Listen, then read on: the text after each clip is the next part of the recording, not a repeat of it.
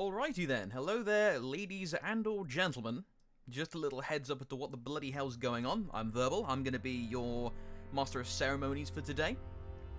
And there is going to be a little bit of delay on stream. Fha Arena has opted to go with the winners semi-finals onwards to be put on stream. I believe primarily because there was a slight delay in proceedings because we of course had to wait for the PlayStation to finish. So the game's just before winner semi-finals. There's no guarantee they'll be on stream. We may try and get one on stream if we can, but again, absolutely not guaranteed. Winner semis will be up first, and of course, that is, I believe, going to be best of 3. It's winners finals onwards. That is a best of 5. That's a rule I always get wrong. So I'm going to go ahead and just double check my facts. But yeah, this is going to be a fairly standard 2v2 with one minor caveat, that of course being the new characters, the Wu Lin, are available. Now, I say minor and not major, because, as some of you may or may not have heard, the Wu Lin characters, while they're a lot of fun in matchmaking, in competitive 2 versus 2 play, a lot of them are either extremely lacking, or downright useless. It's an unfortunate state of affairs, but it's for honor. I mean, we're kind of used to that at this point. But with that in mind, we're going to chill for a bit. I'm going to find out to see if we can get a match up early on stream. Otherwise, I'll be giving you guys periodic updates as to what's going on. I'll also flash the brackets every now and then just to let you guys know. If anyone has a question in chat, by all means do ask. And I guess you can alt-tab if you want for a bit and just chill until winner semi starts. I'll let you guys know when that happens. See you then.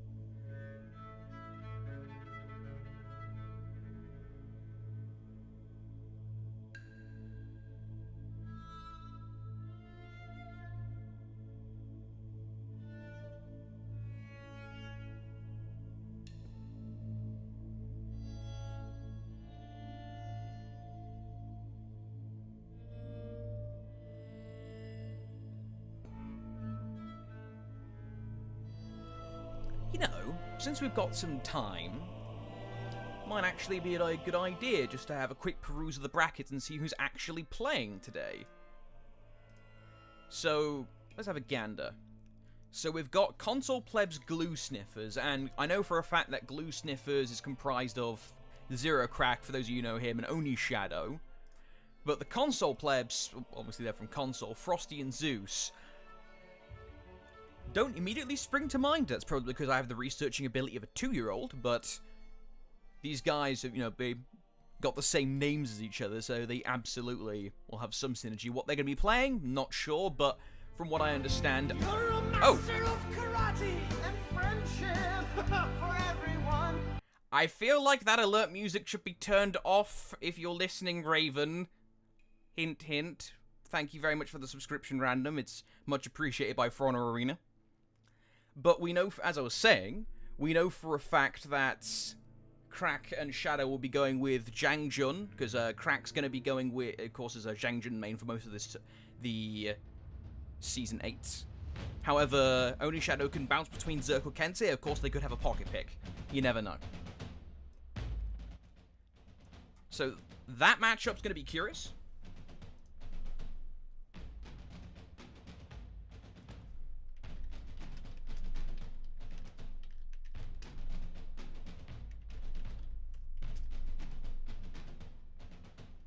Alright. Sorry, I was just answering something in the Discord. Who else we got? So yeah, of course, If it's a 2v2 tournament, Clutchmeister and Setmixer are bound to be in town. But who are they going up against currently? Saint Scott and Cursadero.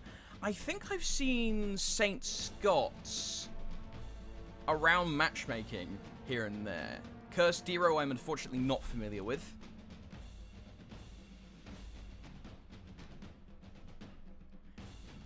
I have to imagine the odds are heavily stacked against Noob's team in that particular scenario. Just because, you know, you're dealing with the best 2v2 team in here.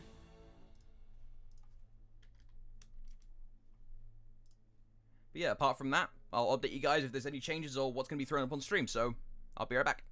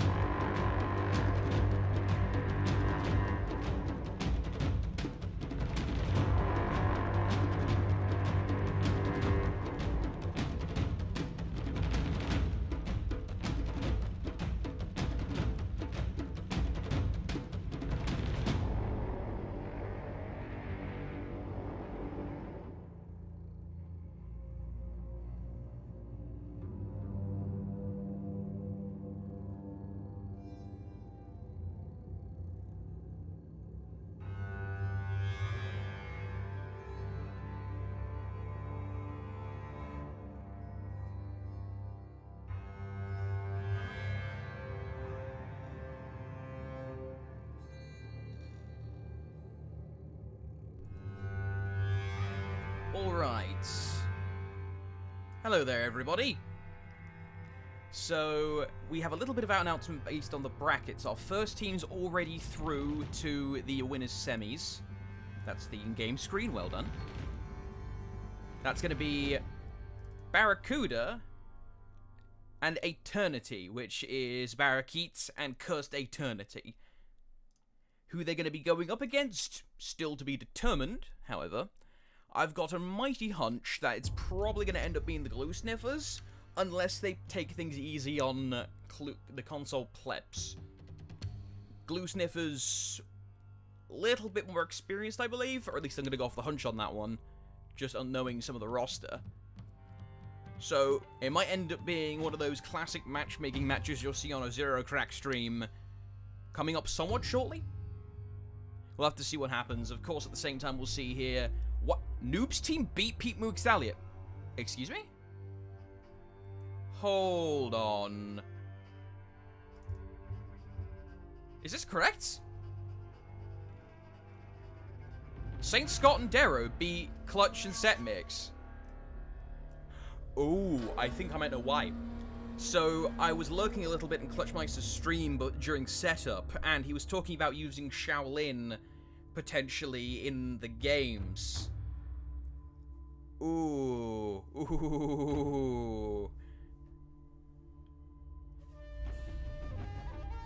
That Shaolin potentially could have cost them.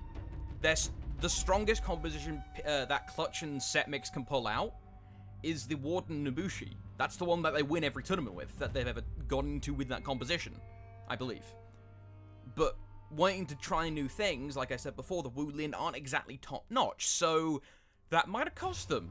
I'll have to go back and watch the VOD and see what happened, because I'm super curious. Now we've got the other side of the brackets winners, but that doesn't eliminate Clutch, of course. Clutch and Set Mix go down to the loser's side. They'll face off against whoever loses out of Sophie Oscar versus C12, which is Itachi China Gang Squad. So, I'll update you guys as soon as I get some more information.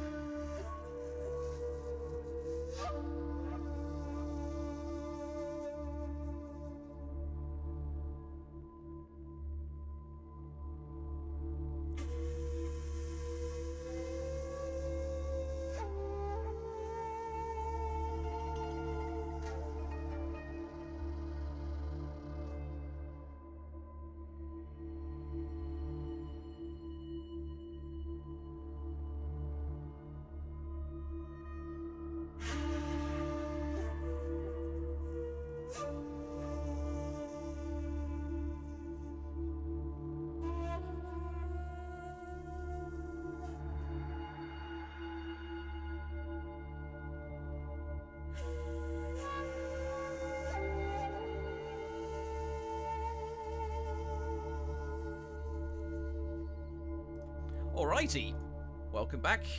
Got some more breaking news for you. Itachi have made it out of their second game in the winner's side. They're going to be going up against Noob's team in the first winner's semis. I imagine that's going to be the first winner's semis we're actually going to be putting on because it's already assembled. If that isn't the case, I will let you guys know, but just be alert. First game might be coming up on stream somewhat shortly. Also, by the way, guys, this is community-funded tournament. I don't have a donation goal up on stream just yet, but I want to let you guys know there is a Match Arena link, I believe, either will be provided in chat shortly-ish, or it's going to be on the Battlefy page that will allow you to contribute. Or it might be the tip jar down below. I imagine someone will clarify from the team in the Twitch chat shortly. But that is something to keep in mind, of course. Not only is there the default $50 in the provided cash prizing, but there's also then the community prize pool as well. So just something to keep in mind. But yes, I'll let you guys know what's happening with the games on stream.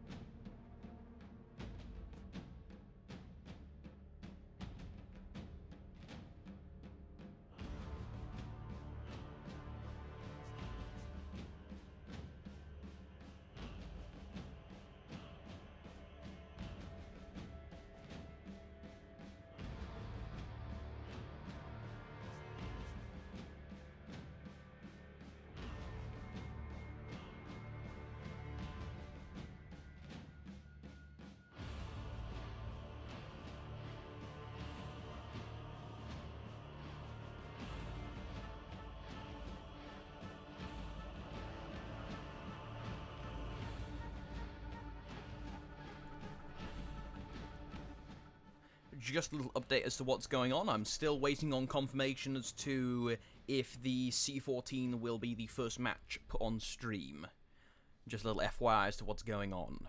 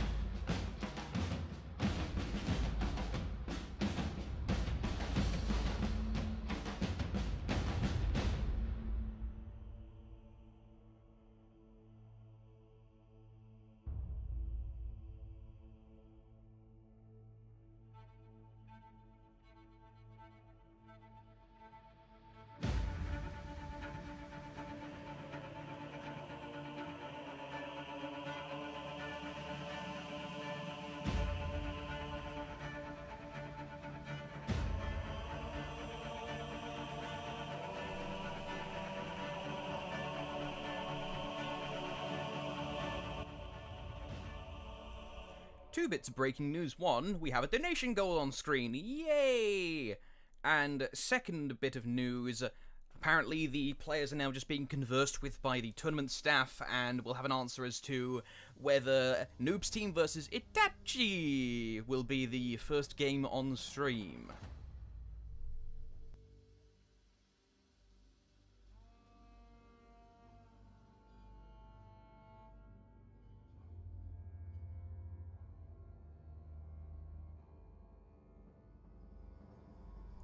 Alright, guys, I've just been informed apparently C14 already started, which is unfortunate, so it's going to be the C13 matchup instead. It's going to be Glue Sniffers versus Barracuda and co. So, I'll let you guys know when that's going to be starting soon. I need to organise that on my end, but we should be good to go in a moment. Apologies for the wait.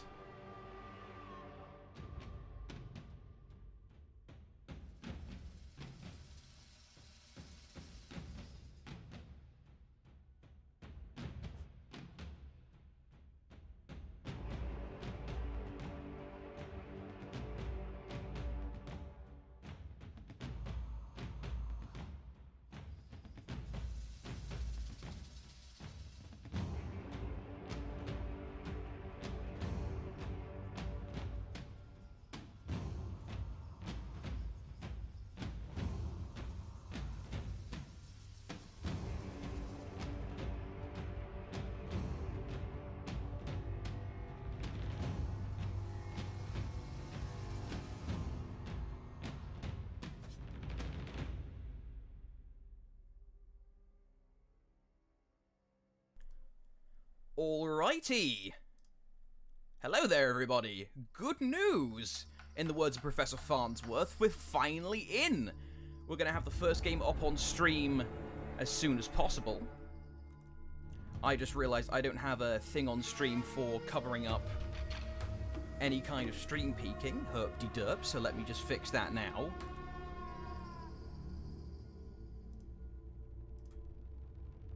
I know how to do my job correctly.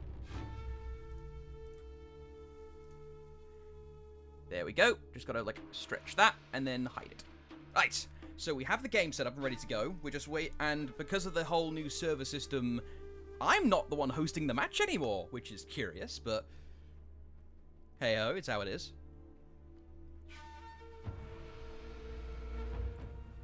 We're going to be heading in shortly, and this is going to be Glue Sniffers versus Barracuda Eternity, for those of you wondering. And we're going to start off with whoever goes left. So we'll start off with the Stream Dream team, We'll start off with the glue sniffers.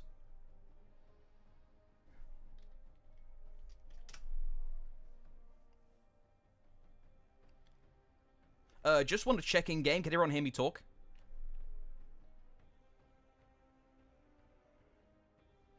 Because, fun fact, you can actually use the in-game to commence fight, so I don't have to type out fight every time. Which is nice. Oh, helps if I actually, put the image up. Herp-de-derp. Alright, we're going to wait for character selection to happen right now. Oh, or not. Apparently, we're going back. Okay.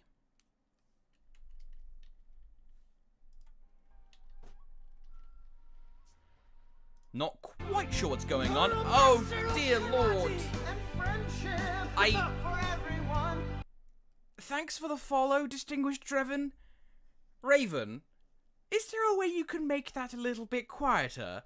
Because I'm not sure how loud it is on stream, but it gave me a small fright. I'll be entirely honest. It gave me a small fright. Also, I hope that the match hasn't completely crashed, because... Oh, I think we're actually going in now. Nice. Maybe they just had to back out or something. But, okay. Are we going in now? Game, are you sure? Final answer on a postcard, please. Nice. Alright, censor it. And let's see what happens. Now, Crack has said he wants to main Zhang Jun, but there have been whisperings and murmurings, well, not whisperings and murmurings, it's fairly well known at this point, that, the class isn't exactly great.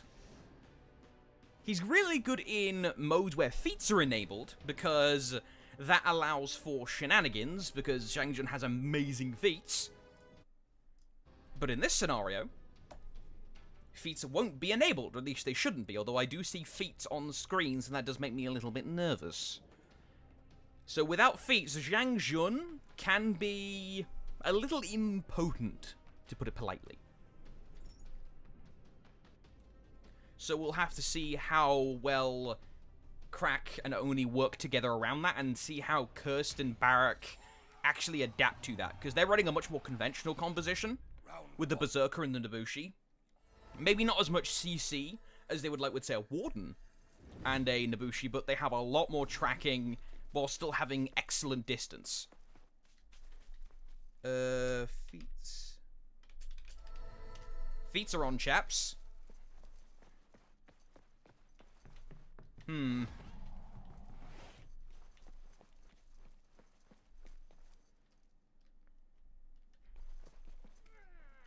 I'm not sure if this is deliberate or not, whoever set the lobby up, but feats are on. Yeah. You know, I'm not going to give him any stick for that. Stick as the Shaolin comes up. Because I've done this mistake many times, and often randomly in the custom games menu, random settings will change, like the bots will turn on, and we just lost someone. I guess we're going to another game? Okay. Well, I will apologize again for the little bit of shenanigans. This is kind of tradition at this point in For Honor, is to have games take approximately 7 years to get going. But hey-ho. You know how it is.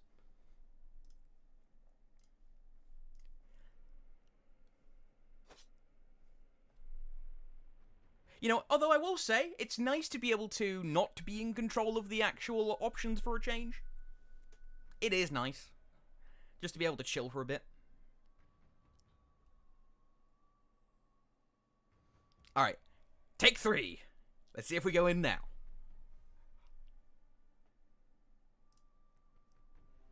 Only Shadow, you need to go there. Thank you. And I don't think I need to censor. Everyone will have their picks already locked in. So, let's begin again. So, Shinobi doesn't really get picked by anyone, so Shinobi is the ritual character to play for commentators, or at least in my opinion, because lowest HP, fastest, so therefore easiest to die with. Session is launching on peer-to-peer. And yes, looks like 5 players isn't enough to get the custom game to switch to dedicated, which is a little unfortunate. But ah well. But back to what I was saying before all that shenanigans with the feats. Kensei, Zhang Jun, they have a lot of advantage of range. You should play PK again for Kihu. Does Kihu even still watch For Honor streams, reckon? I don't even know if he still watches them. Does he even exist? Has he fallen into the black void known as done with For Honor? Round one.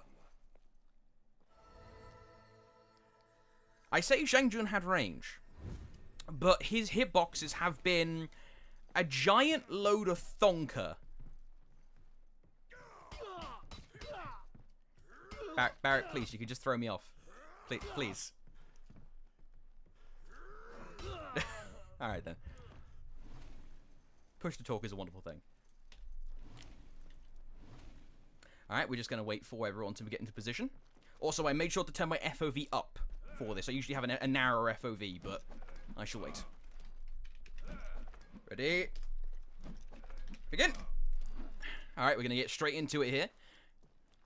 Now, Barrakeets, usually when he plays 2v2 tournaments, will like to keep the Kensei in check while worrying about the other hero. If a Kensei is in play, of course, that situation can change against, say, Clutch and Setmix. But for now, we'll see how he plays. Of course, with Zhang Jun being a thing, he has a decent amount of hyper armor. A bit slow to activate, but it is still there. Meanwhile, Zhang Jun, Craig's actually going to end up hitting Barak. He mistimes the dodge, so he isn't able to get through the actual unblockable. And now Nabushi's all on his own. Cursed might end up with an eternity in death if he's not careful. Bless him, he tried. But it's a 2 versus 1 against Kensei Zhang Jun.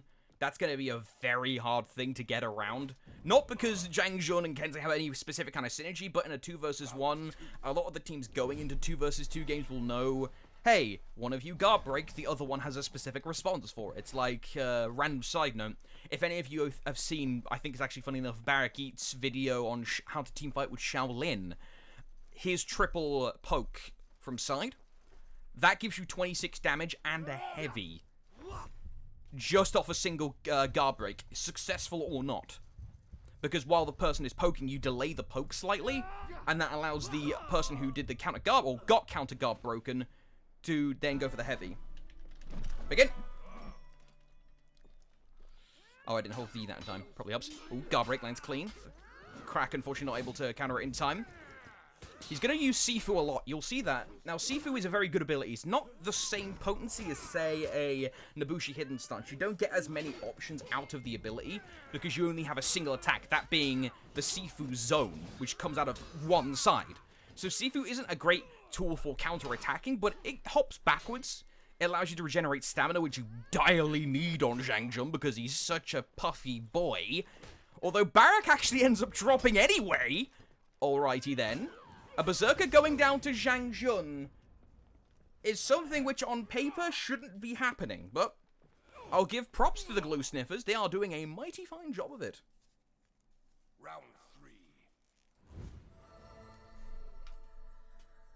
If only... can I slide myself off here? I don't know how to use Shaolin. Oh, not Shaolin. Shinobi. Ah, I can't do that. Alright, I'll just go die. But you did see during that a lot more unblockables being thrown than I would initially suspect. Mainly because Berserker can try and just hyper armor through them. Hello, I need to die. I'll die over here. But as I was saying, a lot of the time Berserkers won't care about those kind of maneuvers, but Zhang Jun has so much damage in his kit. Raw numbers. Begin. That's not how you say begin. Oh shit, that's not bloody all chat. I'm very smart at this game. Hopefully they heard the voice chat, but back into it. Because Zhang Jun has so much damage on his unblockables, you'll often see Crack feeling a bit more confident to throw them. Meanwhile, of course, he's got Oni Shadow to cover him should any mistakes end up happening. You can see here, Oni is being constantly mobile, going into a lot of swift strikes, but keeping him within somewhat safe range. Not always safe like we saw just before there. And you see there, he tried to go for another one to go around Barak, but at that close range, that isn't gonna fly. I'm sorry, that's not going to work. And now 2-1 stands the scorecard. Now, of course, this is winner's semi-final, so it's best of 3 maps to start with. Not best of 5 just yet. That happens from the winner's semi-finals onwards. So things are a little bit more simpler, but of course both teams do have the good old-fashioned safety net known as loser's bracket. Although it's becoming a bit more of a shark pit down there the more and more this tournament goes on, because we already had Clutch and Set Mix go down in the second round, which was very unexpected. At least to me, at least. Again, I'm just going to type like that.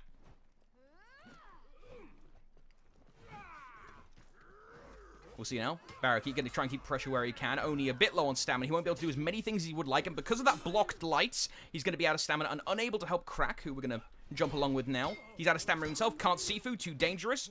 The Cobra Strike was a little bit too far out of range there from Cursed, so won't be able to apply as much damage as the team would necessarily like to. But Barracuda and Eternity won't be worrying about that much themselves, because they're going to start throwing decent amounts of buttons. Not too many buttons, though, because, of course, if a single parry happens from Zhang Jun, then you've got things like the 28 damage unblockable zone that can be done right after a parry.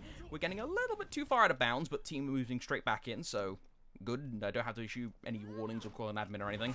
Oh, dear. Oh, dear! Shout out to the 400 MS Light. 1-0. And I guess I get to be included as like a conciliation or a punishment, depending on your perspective.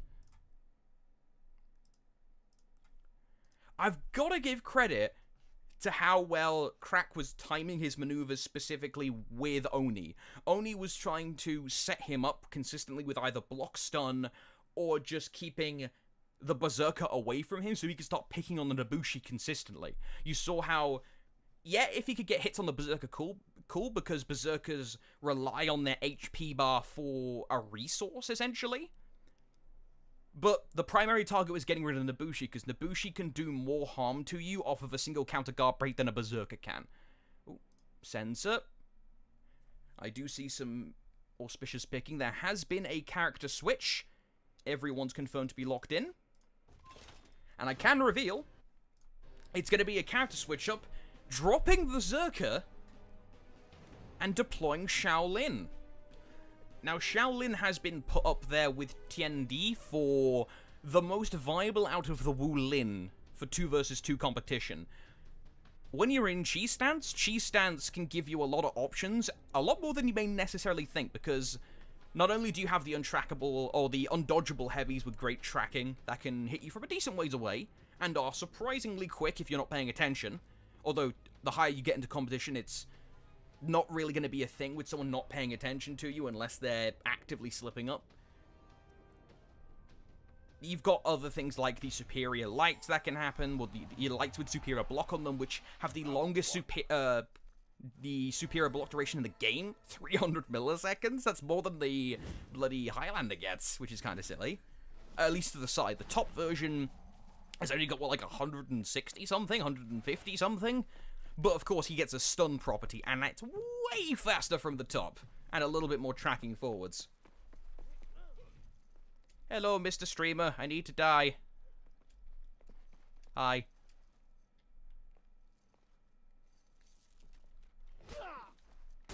There we go. There we go. Make sure I cancel. Make sure we're good. Begin. Alright, getting back into it. We'll pilot with Eternity for a little while and keep an eye on where he decides to attack himself.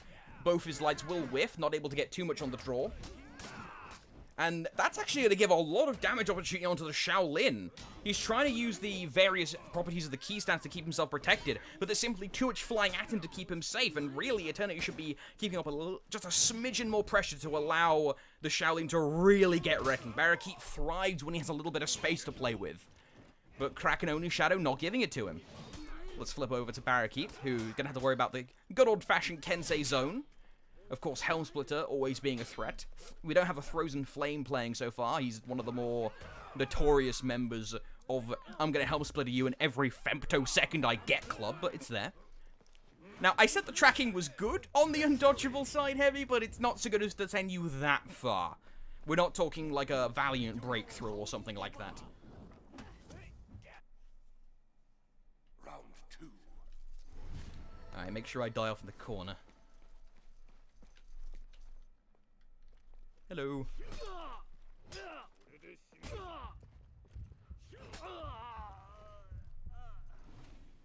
Make sure I confirm.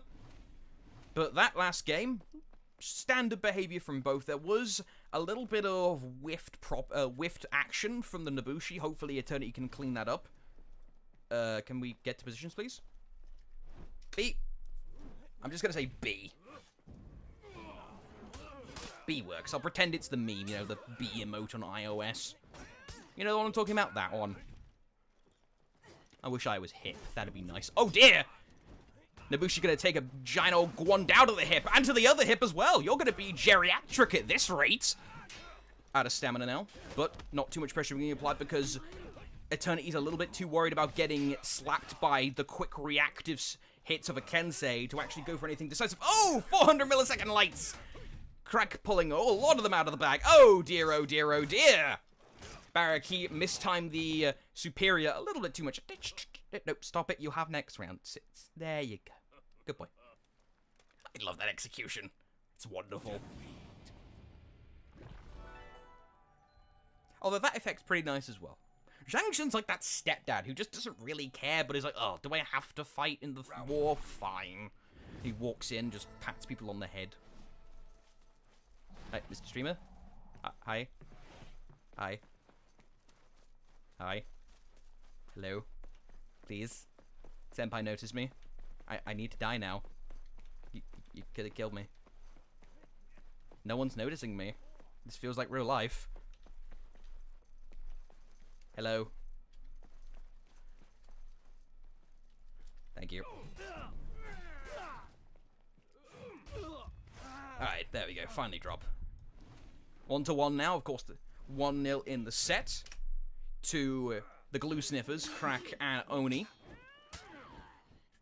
There has been character swaps, but it's been more the gameplay, I feel, that's been ever so slightly lacking from Barracuda and Eternity. Oh God, why are the names so weird? Clutch and Setmix are still running with the Pete Stallion gag, and it's been like a year. They should probably switch at this point. But talking about what's happening right in front of our screens, Crack took about half HP right now from damage, so he can't go as crazy or crazy as he may like, especially with the amount of stamina he's draining. But luckily, Oni Shadow is providing enough suppressing fire, in quotation marks, with the amount of attacks he's throwing out, to where Barrakeet won't be able to be as impressive as me. Like, until that happens, and you see Oni immediately trying to cover for the even potential threat of a guard break-like attack that would kill— oh dear, look at the tracking on that thing! While there isn't a lot of things Zhang Jun does well, surprise unblockables that come out of nowhere and feel like they shouldn't have tracked when they did is one of his favorite things. And speaking of tracking, undodgeable side heavy. And now we're in the stare-off that Shaolin likes oh so much. If played optimally, the key stance makes you unattackable. But of course, this isn't exactly optimal play going on. And let's be honest, not exactly optimal commentating either. But by the by, Barrakeet and Eternity will be nabbing themselves the second win and potentially their first point in the set.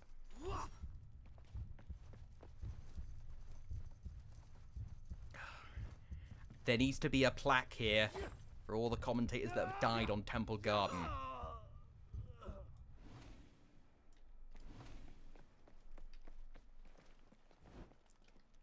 Oi.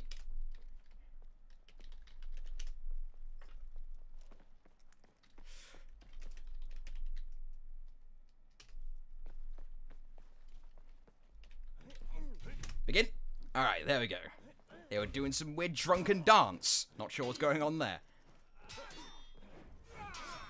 Good parry. And a parry that doesn't— what? Who? Where? Why? What? Can I get an answer on a postcard, please? Did Barrakeet just parry Eternity's light for the Nobushi? I'm a little confused. I mean, we'll just move on, though. Another attempt at the superior. I believe Barrakeet was predicting zone, but got hit with a top light. Just a regular old 20 damage top light instead. Heavy was attempted. No dice. Eternity seemingly on his own for an eternity. Delayed light, I believe, from Oni. Good hidden stance. But. Bleeding damage applied. Oh, no. I believe either a dash was caught there or hidden stance got caught. Either way, the guard break will allow for the kill. And now it's 2-2. Glue Sniffers seem to be sniffing glue only in name so far, putting up an admirable performance.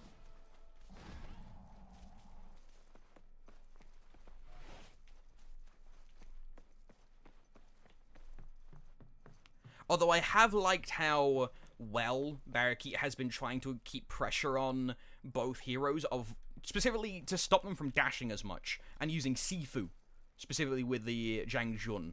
Because, of course, once you've got the undodgeable property, you can start giving them real hell. Because if Kensei tries to go too crazy with the Swift Strikes, all those black hole iframes will eviscerate, or just gone. They'll be annihilated when hit with any kind of undodgeable attack. It's not like the extended dodge property, which is now official with the Wuling characters as an official term in the game, actually stops undodgeable. Undodgeable still beats it in that proverbial game of rock, paper, scissors, but Oni Shadow gets his head beaten in with a stick, and Zero cracks on his own. Can he get himself a new highlight reel play? Or he's gonna get okay, that was questionable. That could have been a full kill there. But alright, they'll take that nonetheless. 1-1. Little bit ragu, I believe is the polite term. But they'll take it. 1-1. May have been a little bit of, like, kind of nerves from Barrakeet. Or maybe they prefer not going with the knockdown and instead just going for the 26 damage lights. Yeah, it's 26 damage, it's silly. And then following it with something from the person who's guard breaking. But of course, they probably would have preferred having the knockdown and then the extra heavies that could have come off that instead, but hey ho. Oh, censor. Because of course people are switching characters. Everyone has locked in. Has there been full character switches, however? Everyone's locked in. Kensei Zhang Jun still being used here by the glue sniffers. No switch either from Barracuda and Eternity. Eternity and Co. are sticking to their guns for the final match of this winners finals. Winners semi-finals, not winners finals. Ooh, dear. That could have been bad.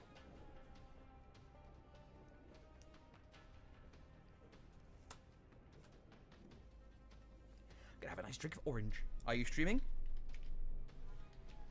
To the FHA channel. Oh, he's talking to him. Oh.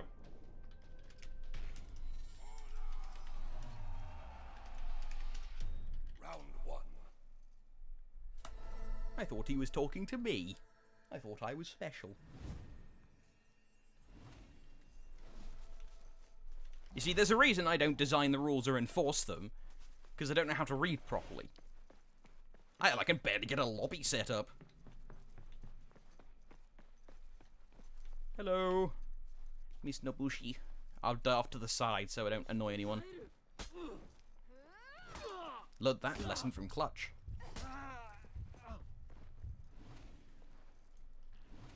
Alright. B. Getting straight into it, however. Final match of the set.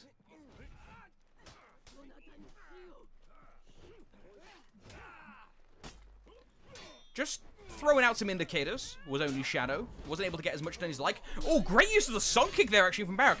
Keeping Oni in check, but target switching to the Zhang Jun. I wasn't aware you could actually target swap off of the sun kick. There's something to keep in mind. We'll be actually learning as we go here today. Zone attack a little bit too far out of range. The fight has gone towards the stairs. Chip damage for days. Only off a light though, so not as much as they may would like.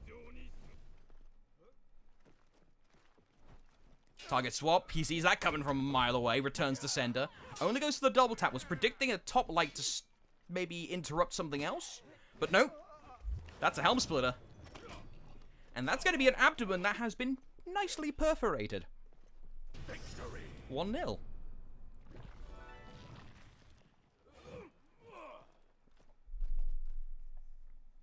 In top level play, against the very best, Zhang Jun I don't expect to do well, but in everything else, Zhang Jun seems to have a decent enough place. Like, he's doing pretty well right now, actually.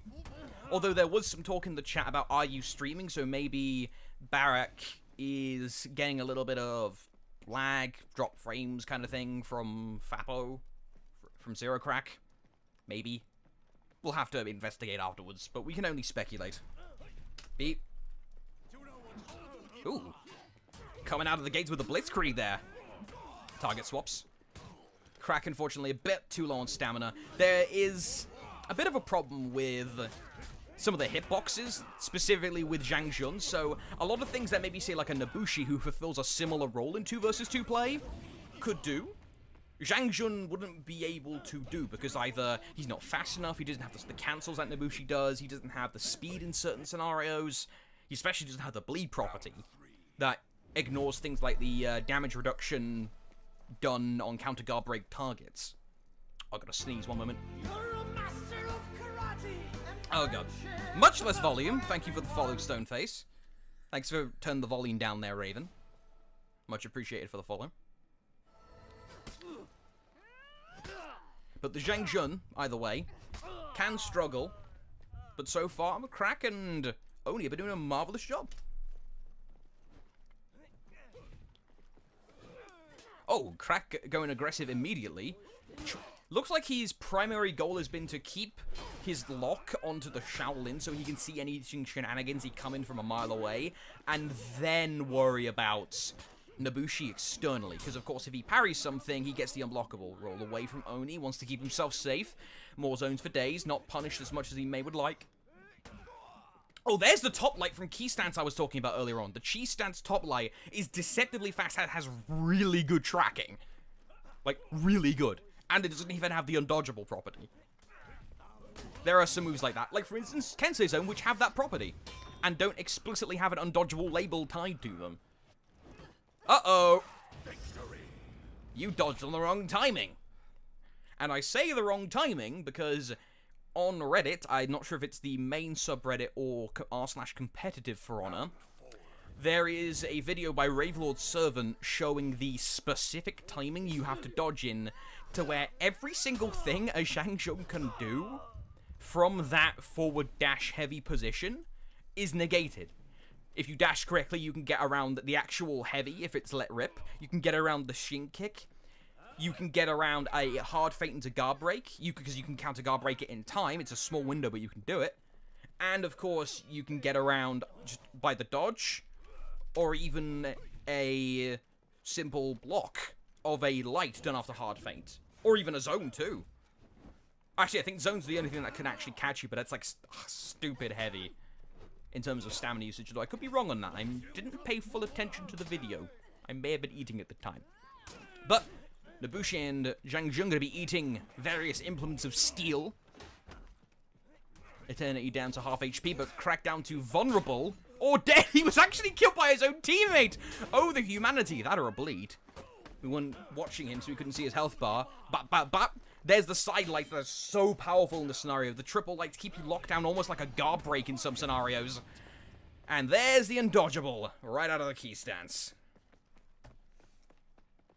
You're going to be seeing that undodgeable a lot, because not only does it have the undodgeable, not only is it heavy, so it does a good chunk of damage, it crosses sides to an extent. It goes in the same direction. It's not like a Kensei Swift Strike or the normal side dash heavy that Shaolin has, where it goes to the opposite side of the direction you're dashing, you know, dash right, hits left. It hits the same direction, but it also crosses in that direction too. So you can, if you're fortunate enough, have a situation where if someone's externally blocking you, like we saw there with Oni, he ends up having the indicator cross. And that is one of the worst things in this game, is the indicators.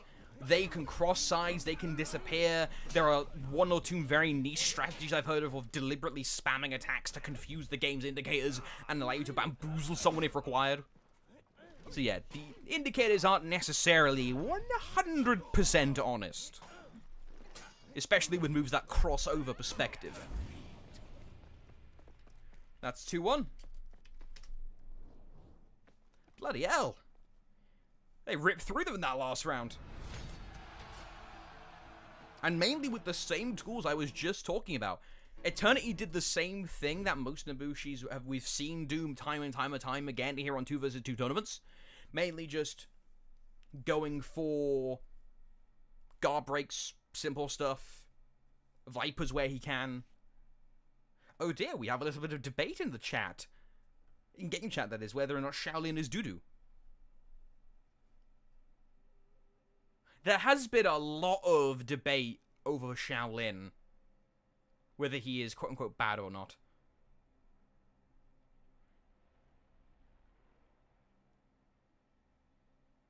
Chendi is accepted as a decent enough fellow. And on paper, he's a better 2v2er than a Zhang Jun, at least by some people. Hello there, Blackfire. Nice to see you. Barra being classy as always. When is Barrakeet known to be anything but classy? I'm gonna be right back. I'm gonna go find out from the administrators. Oh, that's a follow. Thank you, Gabriel. Much appreciated. But I'm gonna BRB, and I'm gonna go find out what the next game on stream is. Be right back, folks.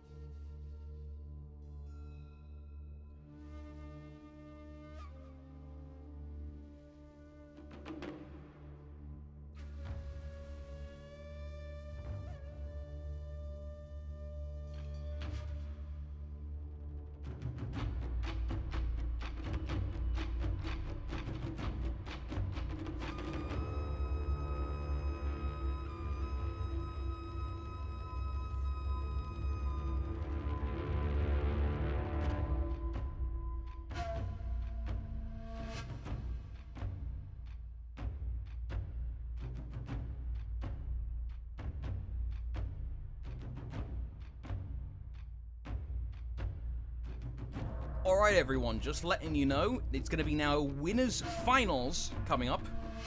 It's going to be Barracuda and Eternity versus Itachi. And yes, I have to say it like that every time because that's how the song goes. People will be disappointed in me otherwise.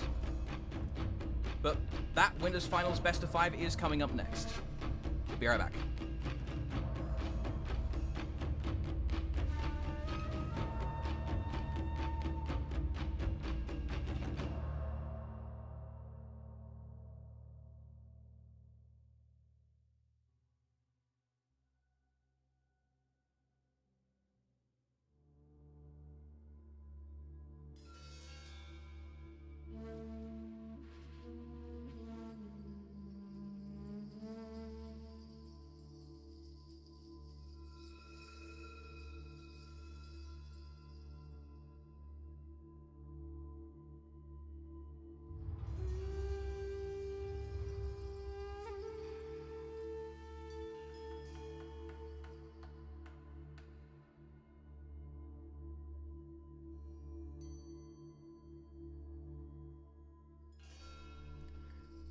Alright, we're in-game now. We're not in-game, but we have the teams assembling.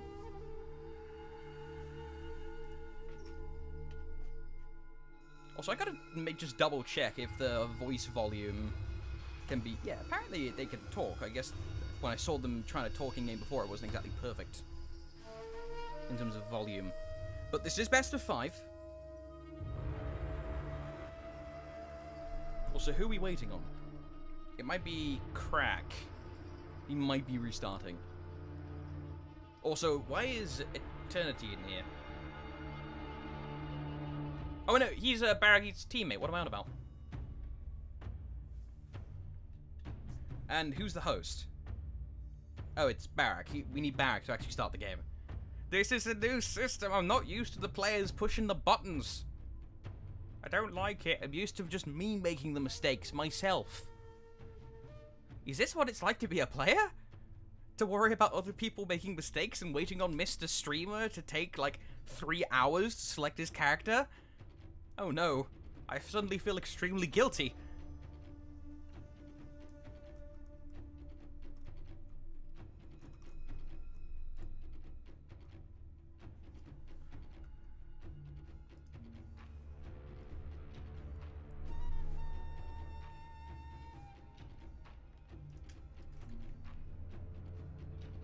I wonder why I can't hear anyone voice chat in game. I see them flaring, but I can't hear them. This is really strange. I usually like to talk to the players in game. You can't be all on the same team. Alright, I guess we're actually going to be hanging out with Itachi to start with. Oh, center the screen. Quick picks there by Baraki and Eternity. Very quick picks, actually. They might be rolling with a similar composition. I can't see because I'm not on their team. This is why we need the spectator mode, by the way. Hint, hint. Alright, looks like we've got lock-ins on all sides. And apparently, Otto is asking us if he's ready for faction. Oh god. Thank you for the follow, Dat Boy Respect. Much appreciated. We have Conqueror and Nobushi being played here by Bubbly Tears and Otto DG. Just looking at my notes real quick. I don't think I've actually got anything on Otto and Bubbly, which is a little unfortunate.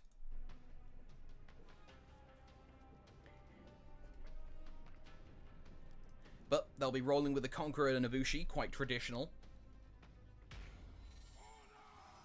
Conqueror in modes without revenge is very, very good. One of the better heroes in the game. Although, as time has gone on, people have discovered small things to get around them. Hi. Thank you.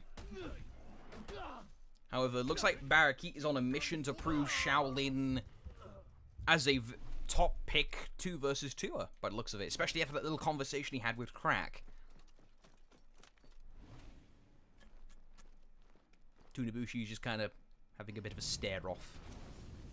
Summoning fire. Didn't realize pyromancy was allowed in the game. I thought we turned the feats off. Alright, we're heading into it. Just quickly change that, sorry. Back in. Initial bleed. I have to wonder if the hit stun off of the Chi stance undodgeable heavy is enough to guarantee Cobra Strike if performed correctly. That's something I legitimately do want to see if it's done repeatedly or if it's confirmed by someone, because we saw a couple incidental uses of it during the last set, and just then, during this one. Full block, however, going to be excellent. The Conqueror going to want to sit in the middle where he can. Otto Dog specifically going to be relying on that forward presence being maintained by Bubbly Tears to keep himself safe, but of course Bubbly having taken so many hits from being on said front line, now it's going to be up to Otto instead to maintain it and just kind of spin his Naginata around a bit threateningly. Because, of course, his opposing number is also quite low on HP. Below critical level, no less. A single light will kill him. And now Barakeet's going to flail his own stick around, rather menacingly. Oh, no! Bubbly! Might have had an indicator thing there. Top light. Or heavy, rather. Heavy damage. Good use of the the hidden suns. Oh! Good use of the superior light.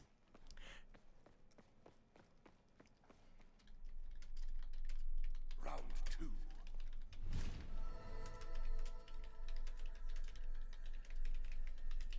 2. Yeah, I think VoIP is bugged, unfortunately. Which is a little sad. But as I was saying, Nusha Trap on paper is complete arse. But you know, you're going to get tagged with that a lot right now because it's a different paradigm. Somewhat similar to how Shaolin can really mess with you, because that side undodgeable, if it does do that whole nonsense with the indicate... Please? Thank you. If he does do that, like I'm suspecting, there will be consequences because of that. Because, of course, he can do it out of key stance. There's no indicator direction of it, unlike, say, an Orochi dash light, which can be done pretty fast, but there's still a little bit of delay to it. So you can tell if he's dashing a direction, there's a decent chance he's going to go for it in that direction.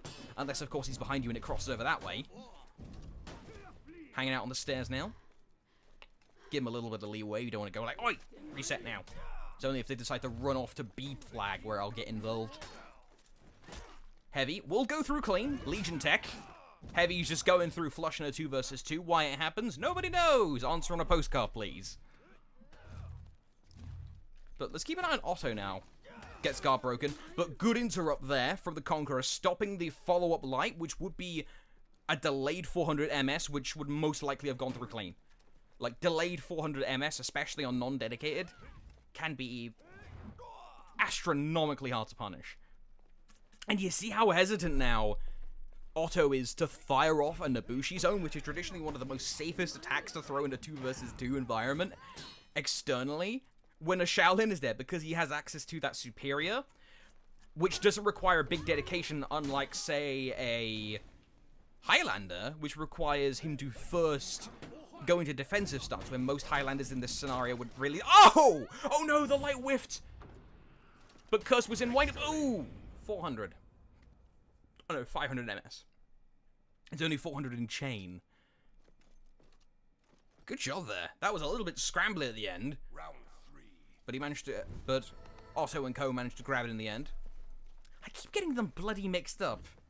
Otto and Bubbly. There we... Bubbly. Gotta remember, Bubbly Otto. I keep thinking Itachi's on the team because they named their team Itachi. This is why I hate the whole naming convention thing that's happened now. It's bloody frustrating. Although I have a feel that's kind of the point. Thank you. Arimasen.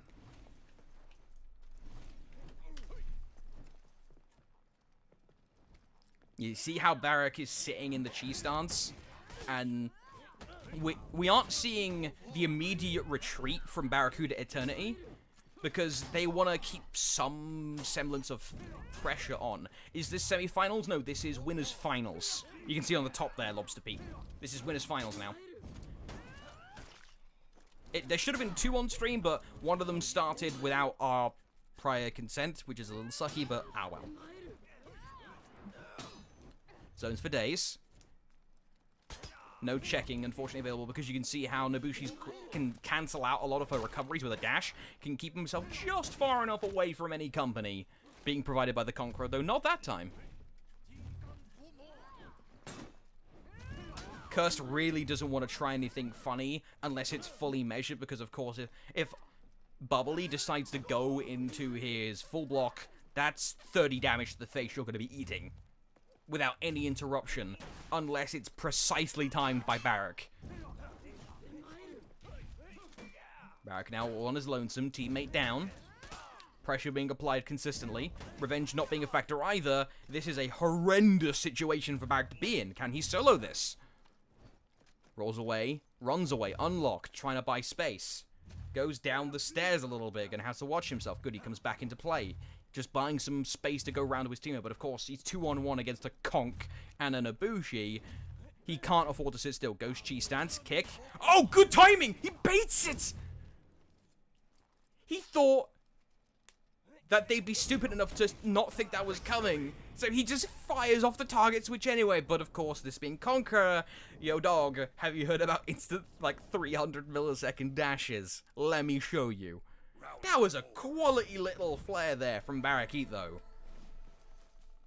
I'm gonna be honest, I said that he thought they would be stupid enough to think that, but I can only say that in retrospect, because I only had, like, the tiniest hunch in the back of my head he was gonna pull something like that, and that was because I saw him do the same stunt earlier on in the last set.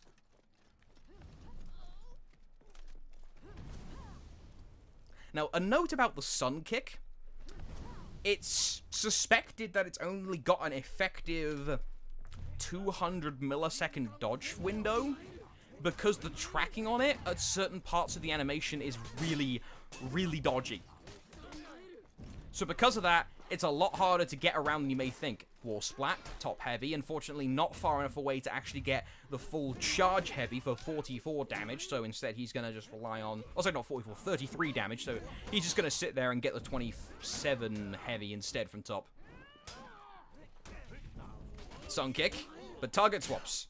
Seems Parakeets is going to be his main tool to pull from the well. That constant target swap, 20 damage top heavy, top light. Dinosaur arms, but not really going to be much of a avail.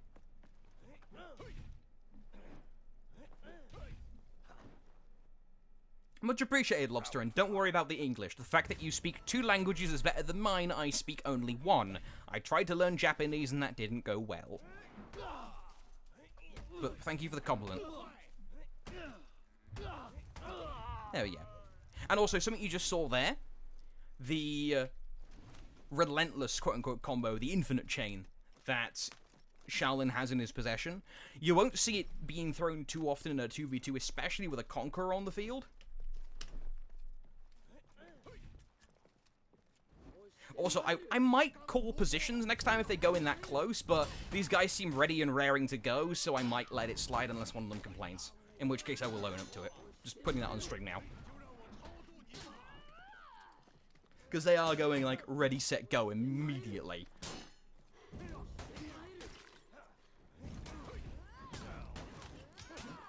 However, a slightly different change of pace here from Itachi.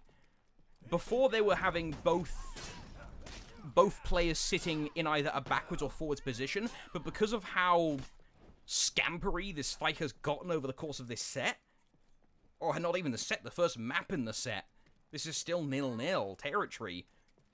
They've decided just to go, alright, fine, whatever, let's just start going ham and see what happens. And because of that, they're both going to sit side by side instead of the forward-backward formation they were rocking before. Ooh, good job with the full block. And there, White Conqueror is one of the more harder targets to crack, with Nobushi's signature, the Cobra Strikes, and the retreats, the Viper's Retreat. Of course, like I mentioned before, you do have the ability to weave that in during tiny windows where traditionally there wouldn't be a lot of damage.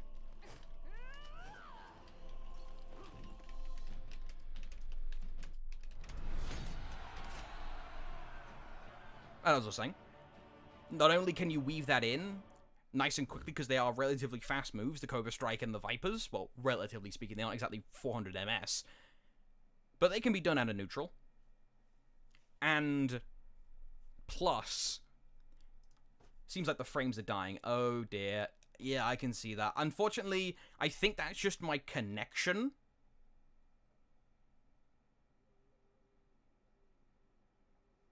So there's not a lot I can actually do there. So Itachi, take that. Let's hang out now with Barracuda in Eternity.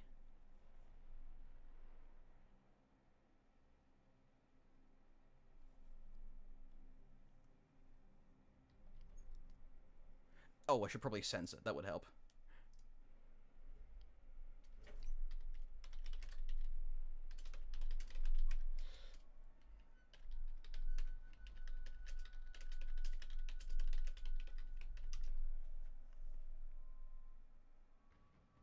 Just double checking because I didn't update my scorecard immediately, so I want to make sure I haven't done anything wrong.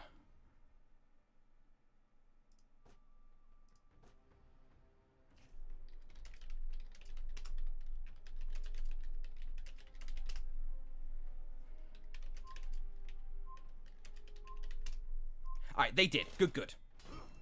On my hunch. I wish I could hear VoIP.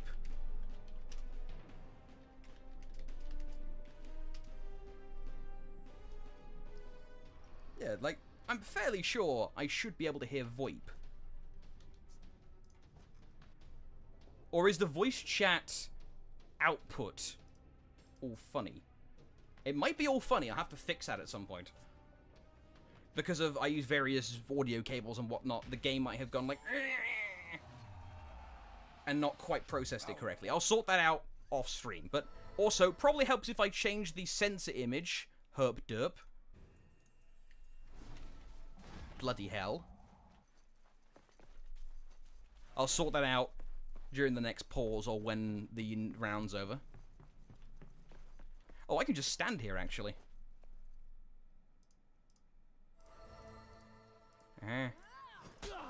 I found some skins. Ah, there we go. I actually managed to fix my VoIP now, so I can hear you. Hello. Hello there. You're on stream, by the way. Very cool. Hello. Alright, you can begin.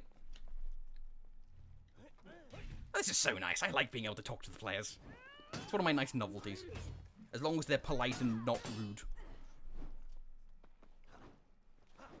Now, of course, Itachi getting 1-0 in the set and this being best of 5, not the biggest thing. Oh, slight adaptation there, actually, from Itachi. They saw the game that Barakeet was trying to play, and he switched it up.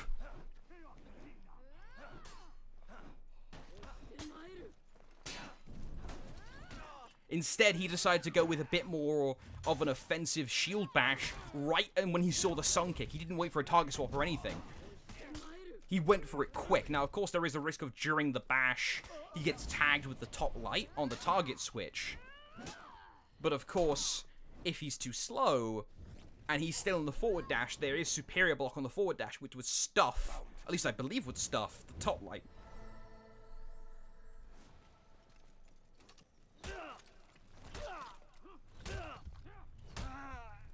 Right.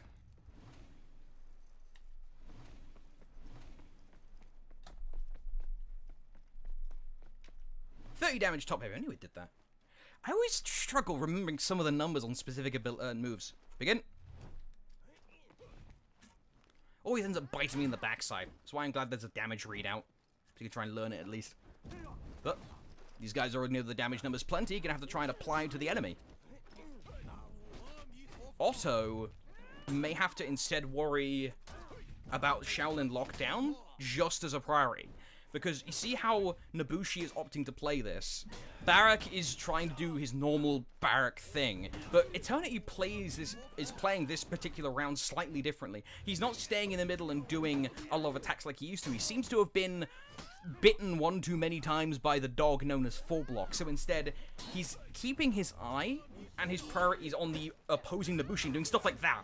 And as a consequence, Otto has to respond. Or Bubbly has to respond, I should say. Now, of course, that's nice for Otto, and with Barrett going down, not nice for his teammate. But Eternity's going to have to worry about that for himself now, because he's just lost all his stamina, because Conqueror's Shield Bash lol. Fair and balanced.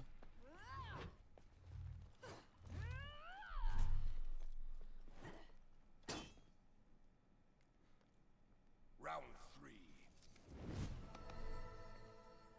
Let's go over here. Oh, bloody. I am still not used to that alert.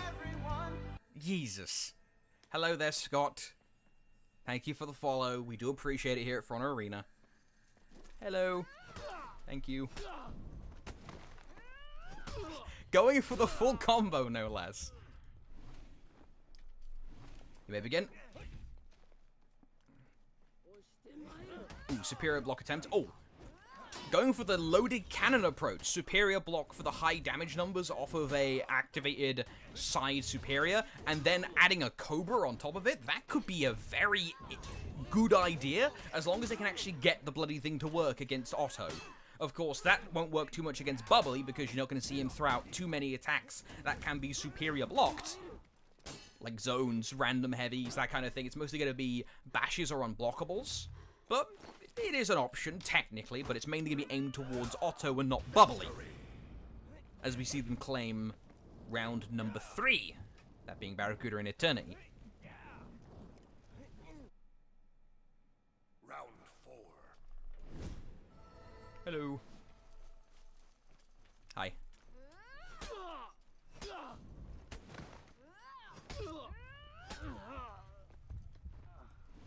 There we go.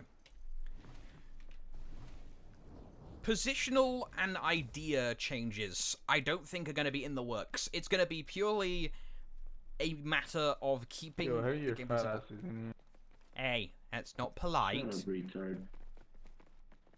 This is a non-positive behavior, or so you can kill each other now. Oh, the irony. There is a bit of an irony. No swearing, but you can pull each other's intestines out for your backsides.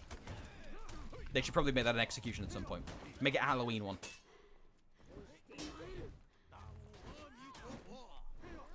Sun Kick goes unpunished by the Nobushi. Of course, having to worry about Eternity going for a Cobra Strike. That Cobra Strike is not insignificant with its damage value. I believe it's like 21, 22 damage. Total. Bleed plus the initial physical impact included. Swaps, thank you for the follow, Sophie McSophie face. Make me jump. Apparently, the person on the follow notification knows karate, but Nobushi does not. What martial art does a Nobushi even know? It's not... What even is the martial art using Naganatas? Kendo? Is it Kendo? I don't know. Where's Mistress? She knows martial arts, like Kendo stuff. She actually does stuff like that, so maybe you can ask her. Oh, near. Guard break. Not great. Round's a bit slow, but it just sped up. Threatening the hidden stance heavy. Of course, if it hits, that can guarantee the kick. But in this scenario, I don't think Bubbly's going to let that happen for free. Make that 1-1. Make sure I add that score on promptly. There we go. It's 2-0? Oh. I hate velocity. Oh, the colors change. Oops, I'm dumb. This is why I'm not an administrator. Sorry, it's 2-0. Hang on, I'm smart. I love velocity. 2-0 Barracuda Eternity. Oh no, it's 2-0 Itachi. Jesus Christ, I'm smart at this game. You see, this is why I don't do the rules, everyone, because my ability to track this kind of thing and commentate at the same time is not good. 2-0 Itachi. Let's ride along with Otto and Bubbly again.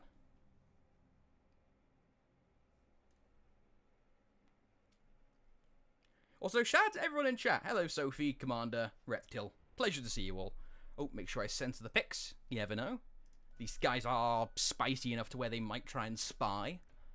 But they probably just know what's going to happen. And everyone has locked in successfully, so me with my PC hands, I'm used to navigating the menus with a controller, so it's way slower for me than using a controller. Although in theory, mouse and keyboard is faster. We get in with some relatively fast picks. And compositions are not virtually identical, as Goldberg used to say in the old UFC. Actually identical. I miss that commentator. He was so good in the UFC. Like, really good.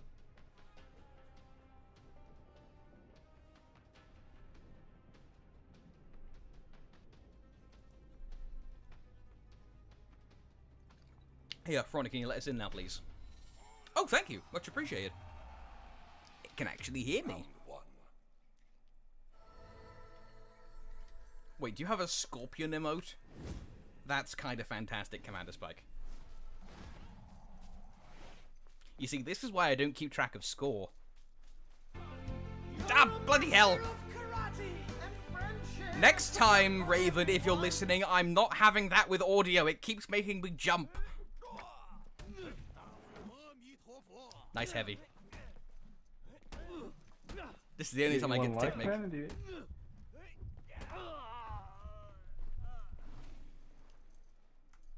You may begin. Alright, getting into it. Nobushi going to be sitting up front for the time being, although taking that oomph on the head. I may have to worry about other priorities instead and let the Conqueror do it, but no, formation changes to a diamond, and now back to a square. But oh no! Bubbly should not be taking this much damage that quickly. Like, that shouldn't be happening. Good hidden stance. He has enough HP to survive the bleed. Never mind. Had enough HP. I'm just going to put that down to there being that many indicators. Something just slipped through. And they were also swapping sides a lot.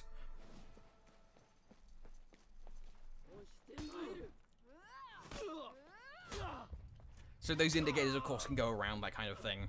That's my hypothesis as to why those kind of attacks just kind of slipped through. Because we didn't see too many things like sunk kicks to guarantee damage. It was just like, hey, undodgeable. Hey, Cobra's Kiss. Hey, Sidewinder. Begin. but it still managed to get the kill nonetheless. Onto the poor Nobushi in orange. Oh dear, interrupt the teammates slightly there, may have to watch his Naginata's direction. Of course, that can happen accidentally, like that kind of thing, but of course, if Bubbly just does short, quick attacks, he can lessen that. The dash, unfortunately, leaving Otto somewhat safe. He wasn't able to punish the dash from the Nobushi. Or, sorry, the Sun Kick, rather, excuse me, from the Shaolin. There's the Sun Kick, however, no target swap for Barrakeet. Externally blocks the undodgeable. Now moving to a more calmer state. Just simple shoulder bashes, nothing too fancy. Surprise guard break externally. And with Otto going down due to his guard being dropped, now Bubbly is going to experience the Barrakeet patented guard break triple poke. And I mean, this is feeling a little clinical now. In 2 versus 1s, it's almost virtually guaranteed. Unless there is some kind of horrendous choke from Barrakeet in Eternity, it's going to be guard break from the Bushi, gets countered. Please no Stylerino. Please efficient kill. Please. Oh. Okay, I'll go have a swim. Why you do this? But, like I was saying, in those kind of scenarios, 2 versus 1 against Itachi, positions, don't go immediately. Keep it clean. Begin. There we go. That time you had to call positions. So I'm going to be used. And luckily with the Conqueror on their side, this Nobushi specifically can go a little more crazy with that, because Barrakeet hasn't pulled out as many superiors as he wants to, because sitting in chi stance is asking for you to get a shield-shaped imprint directly in your schnoz. So you don't want to be wary of that, so instead, zone can be applied a bit more vigorously by Otto. Bubbly, however, looking to just chase down Eternity. Don't let him get shots in that Barrack is trying to provide with the guard breaks. Although that Cobra's going to land clean on the Bubbly. Get him burst his bubble at least for a moment. Let's check his HP. Sitting at round about half. Ah! Thank you, Anchor, for the follow. That's appreciated for the channel, not appreciated by my psyche. Which is thoroughly rattled. Although Eternity's psyche is not really existent because, you know, he's a smudge on the pavement. Now, it's going to be a lone Shaolin against the world. I swear I saw this movie on Netflix somewhere. You see that armor that popped up there for a moment? That was the damage reduction I talked about. Usually if you get hit with a CC maneuver, at least most of the time, there are some exceptions. If in the middle of the process of being CC'd, any other attack that hits you will usually be heavily reduced.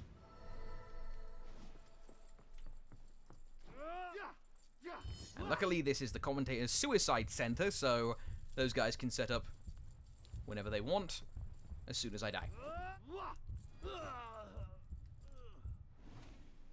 Oh, stay dead. There we go.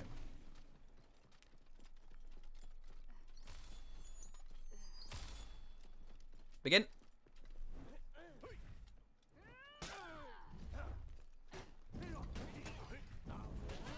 Sun Kick was attempted to be missed, but unfortunately actually gets interrupted by his Sidewinder ally. So the top light won't be good there, but that will be effective. 20 damage. That top light, not only is it 400 MS, it can be done out of neutral. And that 20 damage adds up, because not only is it the 20 damage that can be applied pretty rapidly, but then it also leads into chi stance, which then, as we have seen many, many times today, can flow into all sorts of shenanigans. Oh dear. Attacking his fellow Conqueror in the foot. That's not nice, Nobushi. That's not kosher. Guard break clean. That's dead, Nobushi. That kitty in this case does not have 9 lives, and neither does the Conqueror. This is a PG-rated stream. No kissing. Okay, thank you. The violence works. No sexual content, but violence is allowed. 2-1.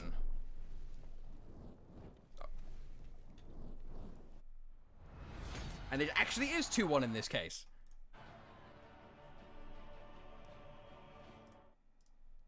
Make sure we update the scores there.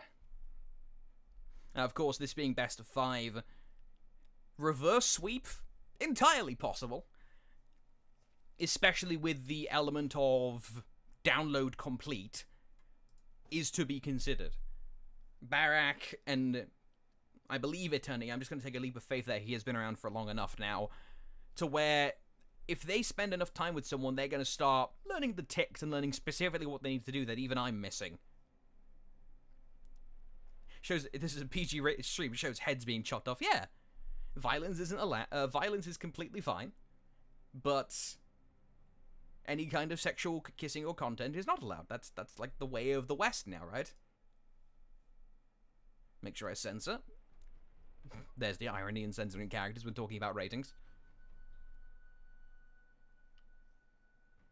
Alright, everyone's locked in.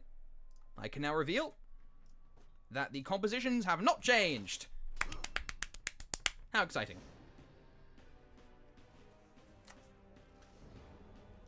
Nope. And everyone's just giving themselves nicknames in the in-game chat now. God, it reminds me when I was like 5. Not 5, more like 15, 16 in school. Every single famous couple have to have some sort of item name. Like an old WWE tag team, like Jericho, or the Usos. Everyone had to have an item name. Does someone have a link to the bracket? When I die, I'll link it to you unless someone beats me to the punch first, Marmaduke. I can, like, very quickly get it to you. Because I've got to actually get myself killed to not slow down proceedings.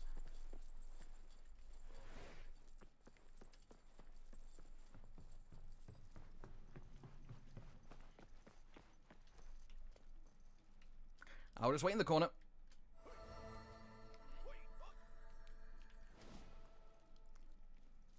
Thank you.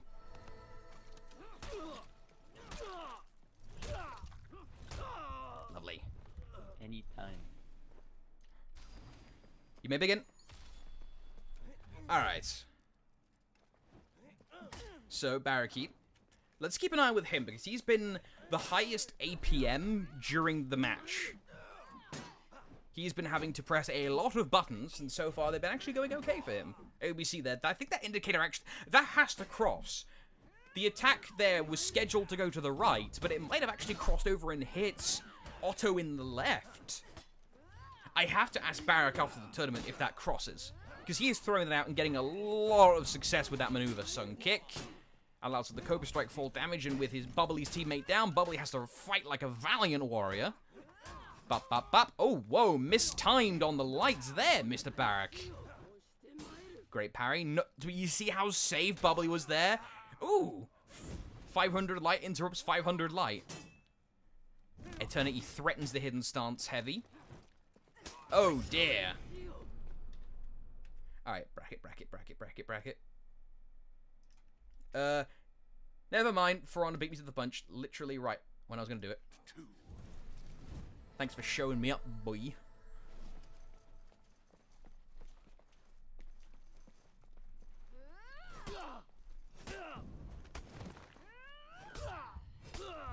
I thought that was going to be an actual legitimate clutch there from Bubbly. He got very, very close to it as well. And funnily enough, like a lot of things in For Honor, the answer to what he could have done, you may begin, is very simply if he played it more patiently, which is both a blessing and a curse when it comes to For Honor. Just press less buttons and be more patient and you'll do better. Sad music starts to play in the background. Although Otto, You're gonna fuck up, to worry about himself. Not in the best situation. What is this trash talk? Is it even trash talk? His mic quality's a little bit too low. That or the For Honor codec is a bit meh in VoIP. Though, misses. That's going to guarantee decent punishes onto the Shaolin. Not fantastic, but it keeps him on the back foot. Although, they're... Ah! Thanks for the follow, Spike! Eeks. Bubbly able to block. Friendship for everyone. Also death. Guard break will guarantee death for Otto. DGS. KIA now, at least. Top light. No top light follow-up, though, from Barak. Doesn't want to risk anything. And just strikes a pose.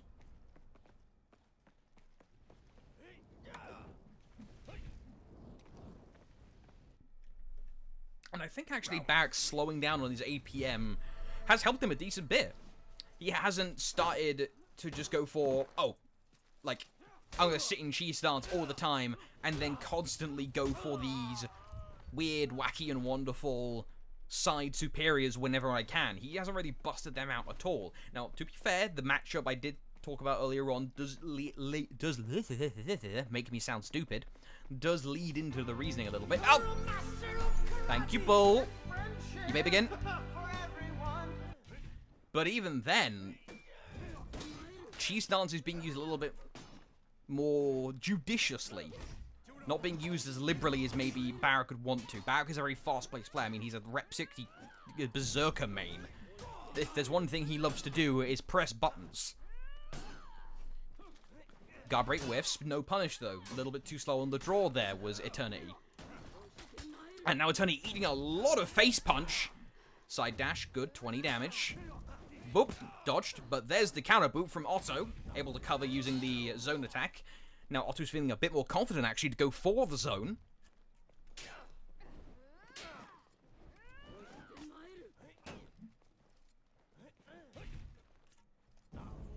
Ooh, this is a little bit tense. I don't like this. Oh dear, that's punished. No, a little bit. Oh yeah, Sun Kicker's stupid recovery. So he's able to get dodged by a Conqueror, no less, and still not be punished by Top Light. What the? Just why? Barak and Eternity are literally dodging each other's own attacks more than they're dodging Itachi's attacks. But there we go. There's some dodging of the enemy. Symbol poke eliminates Nobushi with some Nobushi on Nobushi based violence. And now Barak is in a somewhat similar position to where he was a few rounds ago. That being on his own, low HP against an enemy force that also has. Oh dear. That top line has decent tracking, turns out. 2-1. The team trying to stop the sweep. Round 4.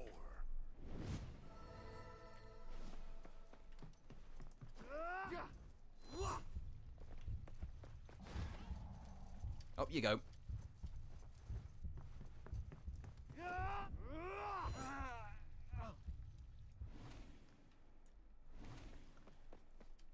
All right. I'm already dead. You may begin. Cheese stance. Looking at them menacingly. Keeps looking at them menacingly. The tension can be cut with a knife. Naginata is being thrown. Oh, there's the undodgeable. And there's the immediate follow-up. 1-2. Able to consolidate damage a little bit. Keep things even. Although the bleed will even things out in both directions and not just for Itachi. Double butt, single hit. Guard break, and it allows the Sidewinder just on the edge of the hitbox. And another guard break goes clean. A surprising amount of guard breaks going through that probably shouldn't be actually going through, are going through, in that short space of time. Oh, Barak wants the undodgeable really badly.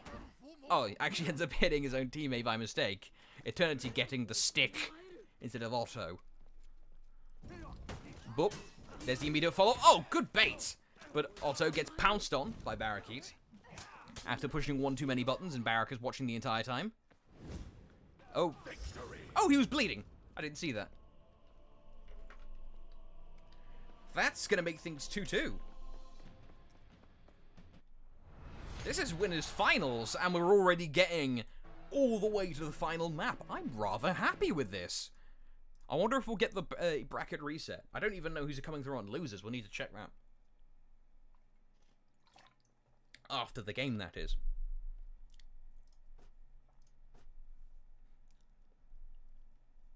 We'll ride along with Itachi for the final stint of the winners finals.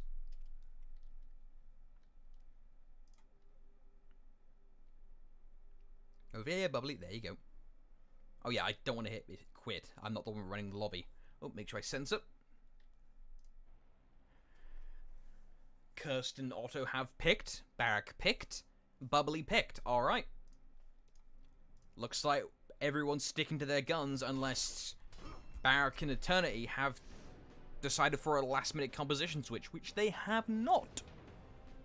we're going to be seeing the tin can, the man with no can on his head, and the waifus. Just same old composition, same as before.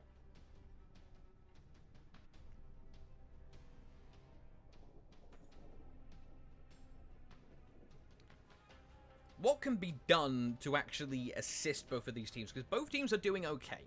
Of course, it's not exactly top-tier play. There have been certain rescue maneuvers that could have been pulled. Like, for instance, in a situation where Otto has got a shield bash onto Barak. A light could be stopped in theory. It's hard to do, but it's there. If zone's done fast enough by Eternity. On the flip side of things, if Shaolin has got your teammate pinned in the sun kick. Oh, thank you, Halter Jones. Much appreciated. If Shaolin's got your teammate pinned in the sun kick and he's about to take damage from the Bushi, have the Conqueror just charge headfirst into the Bushi and try and stop the Cobra Strike. You may begin. That absolutely can be done. Not sure why the music has stopped, which is, I think that's just a bug in custom games. There really should be music. I'll put some on manually. Here we go. But back into the match itself. Undodgeable is good. Barak keeps starting to feel himself a little bit more, getting a lot more quicker on the APM. But Bubbly hanging back, letting Otto take most of the ire, at least to begin with. You can see here, Otto getting targeted a lot, but Otto is not biting the bait from Barak. He's instead trying to keep eyes pinned on Eternity. And look at this, Barak is just styling. He is sat on the corpse of his rival, just like waving at him. Yup. Welp. There's one small problem with someone being behind your camera. They can walk up slowly and guard break you while you're in recovery. Round two.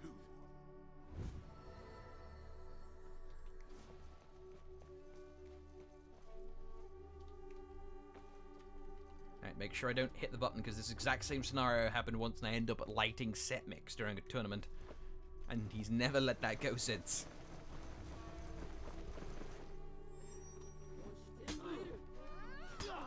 $46 damage top heavies, courtesy of the Way of the Shark passive, always nice to have. Same thing applies to zones too, you get a nice chunk of damage. Begin.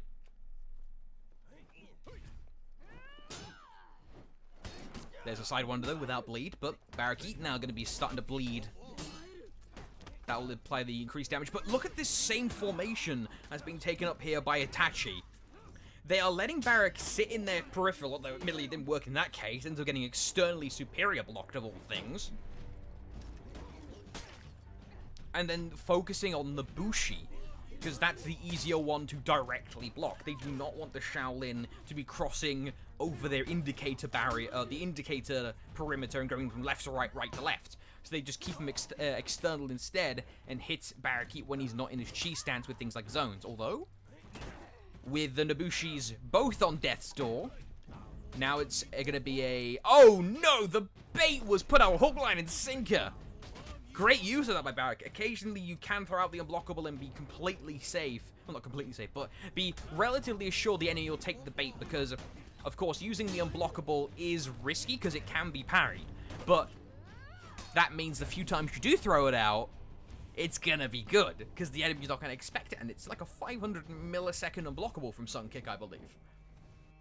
It's about 600, 700 from a chi stance. But from the Sun Kick... Oi! Get back here, you cheeky git! Hi, thank you. We're going to the fucking river, dude. Oh. Please, please, thank you. But yeah, occasionally throwing out that kind of thing is always handy. Hey, positions. Please. Begin. A little bit too close there.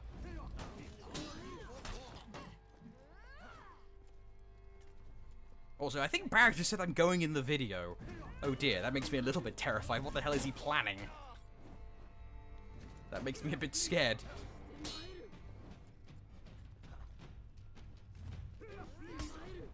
However, Cursed might want to be a little bit wary of his life force draining out because of these Viper strikes. Oh, sorry, Cobra strikes. There's too many varieties of Snake in Nobushi's moveset. I don't like it. She uses bleed, not poison as well. She'd be like a porcupine strike.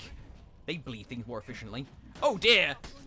Good use of the hidden stance, punishing the rather slow, unactivated side light from Chi stance. I've been extolling the virtues of that move this entire set, or actually this entire stream. But the one tiny problem with it is, if you don't get the actual superior block on something, it's slow as molasses. It's like 600, 700 MS, I believe. Oh dear. Speaking of molasses, my reaction. Is Animosity still in the tournament? That was the PlayStation 4 one that happened about an hour or two ago. 1 hour and 46 minutes ago, precisely, Shaq. So if you want to see what happened there, you have to go into the brackets. Hello, I need to die off in the corner. Thank you. Now you see, this is efficiency. No ganking, please. You may begin.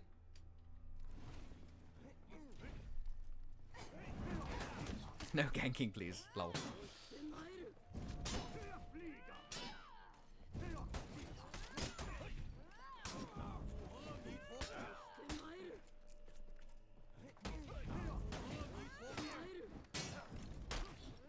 Good use of the full block initially to punish the overeagerness of Nobushi trying to throw up strikes. We saw very early on in the set full block being used a lot, but it calmed down during the more lengthier sets in the middle, like maps 3 and 4. So now we're in map 5, he's gonna start pulling it out again, and sometimes that is good, just, even though characters in For Honor have a limited moveset, some of the top ones do have enough of a move set around them to where you can put some of them away for a round or two, or even a map or two, and then pull them out again when you want to be a bit more creative. And Barrakeet's going to end up dropping.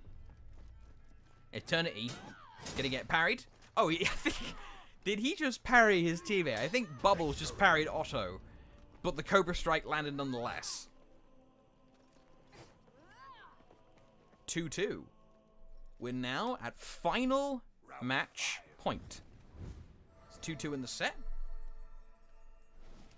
Of course, there is still losers to comfort you, which is why this isn't sort of breakneck, you know, everything's going down hype. It's still, you know, relatively mild. Losers is still the parachute. Whoever wins this goes on in the winner's position to grand finals.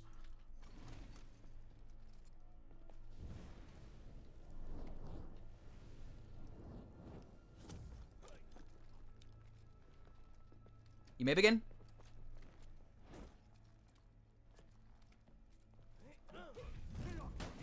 Ooh, you see that? The respect that Bubbly gave. Because if he went for even a simple light after the shield bash, he was a little scared that Eternity was going to punish him. And while, of course, Otto could run interference on that, kind of a screaming duty by keeping the opposing Nobushi in block stun, even then, that's a somewhat risky proposition. Just throwing out an attack for the sake of it can be predicted, and then therefore parried.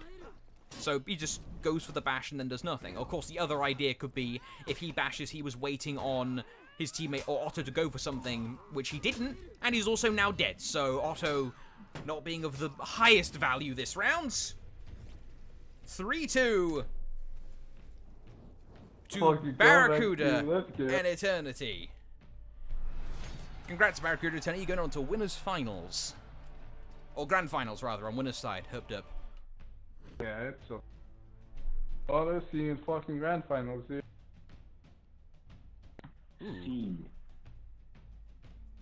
Alright, good luck, Oh, guys. I see you fucking. Gosh, it's us again. I'm gonna go find out if the losers are gonna be streamed or not. Okay, see ya.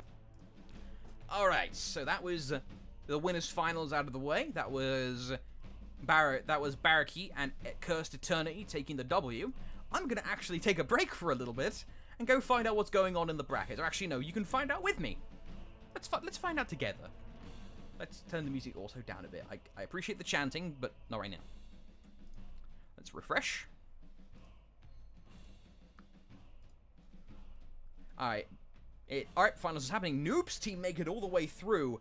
Clutch and Set Mix go out in the 3rd round of losers. That is mucho surprising. Alright.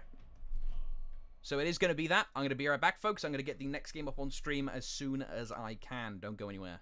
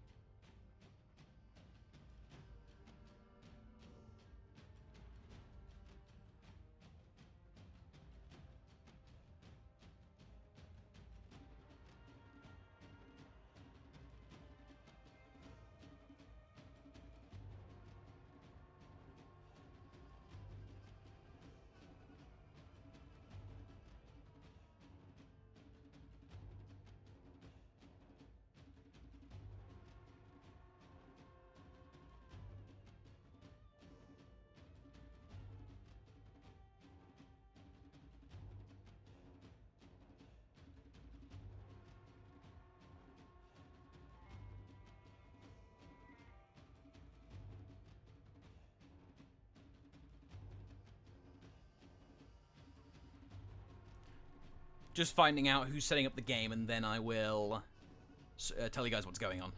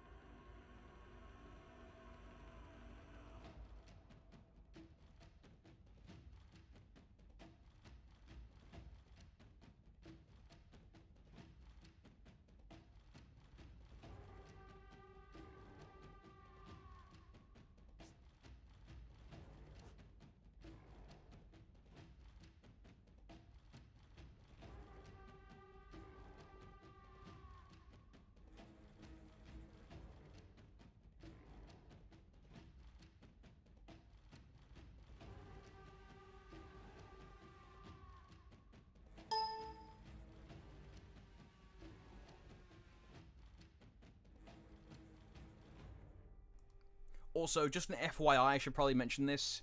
It's only winners finals and grand finals that are best of 5. The losers finals is back to best of 3, just for those of you wondering. We'll let you know when I'm actually in game.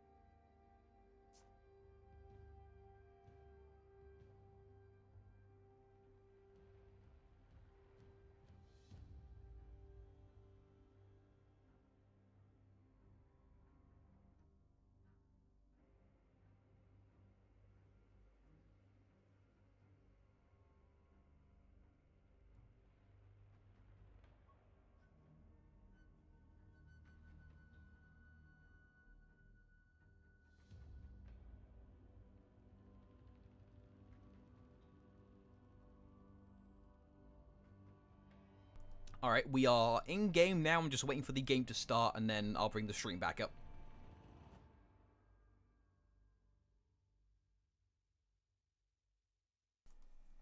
Alright, we're back in. This is now Losers Finals. Oh, and the actual music in-game is now working. Nice.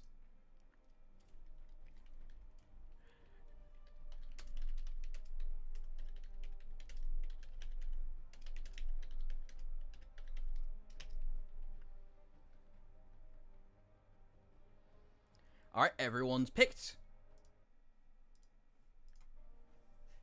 I can pick as well. Alright, we're going to be starting things off with, first of all, me switching the teams round. And the composition for this matchup going to be exactly the same from the opposing Itachi, but Noob's team, who run a train through the winner's bracket before ending up getting chopped down to losers, going to be the Gladiator Nobushi. There has been a startling lack of Wu Lin, which... Not really, actually, startling is a little bit too generous, because I talked about earlier on, there's been an unsurprising but saddening lack of Wu Lin. I like the Wu Lin, I have fun with them in my matchmaking games, but competitively they are kinda doo-doo. I mean, let's be honest. Nusha traps, yeah, they'll take a little while to get used to, but even then, the top players are still fairly used to just going around them. Hello, I'm over here ready to die.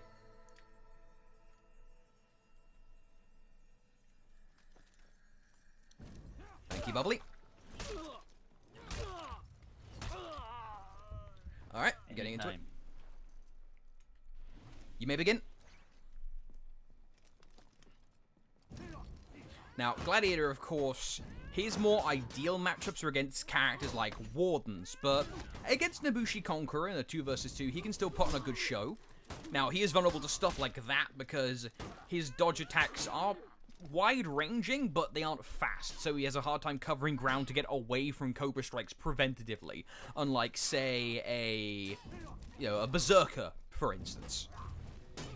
And of course, Zone being his strongest tool, you can also get around it a little bit easier with you have superior block on dodge like Conqueror does. So, for as powerful as a Gladiator can be in a 1 versus 1 setting, 2 versus 2, things get a little bit more strenuous, especially against Conqueror. Because you can, of course, dash through the zone punch and then do a counter shield bash before he can actually unfeint the secondary swing off the Gladiator zone and you can get the hit. And give him a big old stamina punishment at the same time. Because, of course, zone takes half your stamina, and then cancelling it adds a little on top of that too. And then also the shield bash does stamina damage as well. Arguably quite a fair bit, almost too much you could say. You may begin. Let's keep an eye on the positioning so far of the Gladiator in blue. Currently being piloted by Cursed Darrow. Yes, I did just have to check the names because I'm very good at my memory. He needs to keep the Conqueror pinned down because the Nobushi isn't the biggest concern in this. He can be she can be easily worried about by the opposing Nobushi. Gladiator is very good at doing that. Punishing dashes that are done willy-nilly. Using the toe stab can then guarantee Cobra Strikes or stuff like that if they go out of stamina. Of course, having a teammate nearby to put someone into block stun after a parry just does a little bit extra to guarantee an out of stamina toe stab. I believe on the out of stamina toe stab is guaranteed on a light parry if they're out of stamina. I believe. Now, I could be mistaken, and if I am, of course, they still have the block stun to keep them pinned in place, to then allow the slower out-of-stamina toe stab to still go through.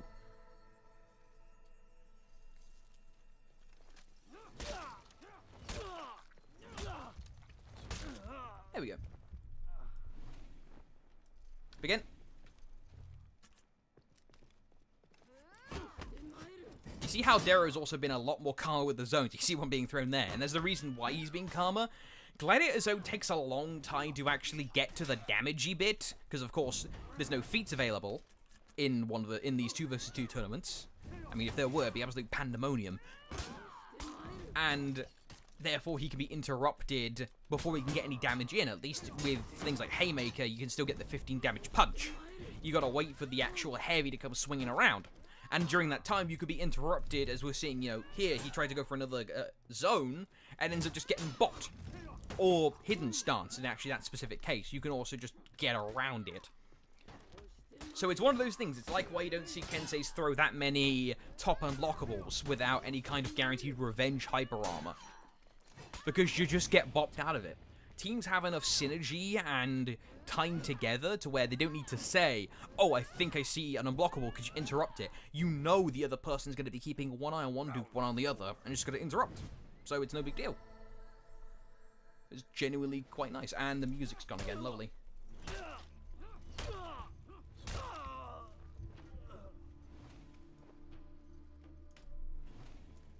There we go.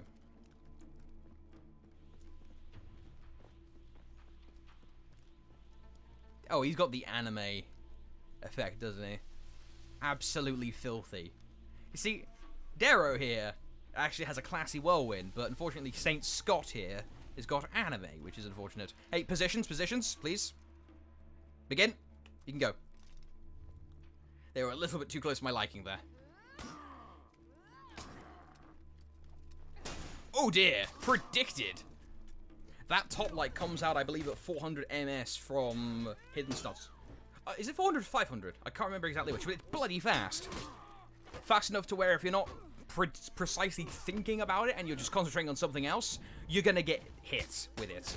You know, we've seen Clutchmeister use it very effectively during a couple of his tournaments in 2 versus 2. It's just going into that hidden stance, threatening the heavy, which of course guarantees the kick out of hidden stance if blocked or even if it hits.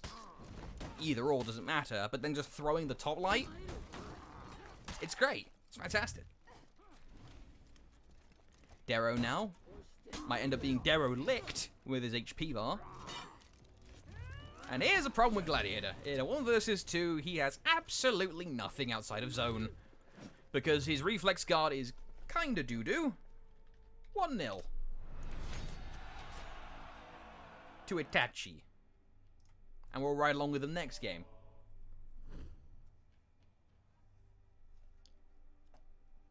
Is Darrow gonna swap? I wish I had footage of Darrow and Scott's prior games, because that would allow me to see what they picked before. Did they specifically go with Gladiator to go into Conqueror Nobushi, or are they just running that because they like running it? I don't know. Unfortunately, I'm not that clued up. Oh, I guess I'm running with Noob's team again then. The game just kind of put me here.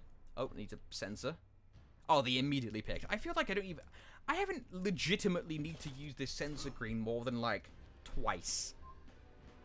Also, Nightbot, why are you stopping people from going Itachi? Like, people need to go Itachi. It's kind of the point. It's from the song. Nightbot being Nazi mod. Please no. I mean, if we're talking about Nightbot, he, I think, timed out like 20 people in Freeze's stream earlier on today when he got hosted for like 200 viewers. I think it was from, Lord Daddy. Round 1.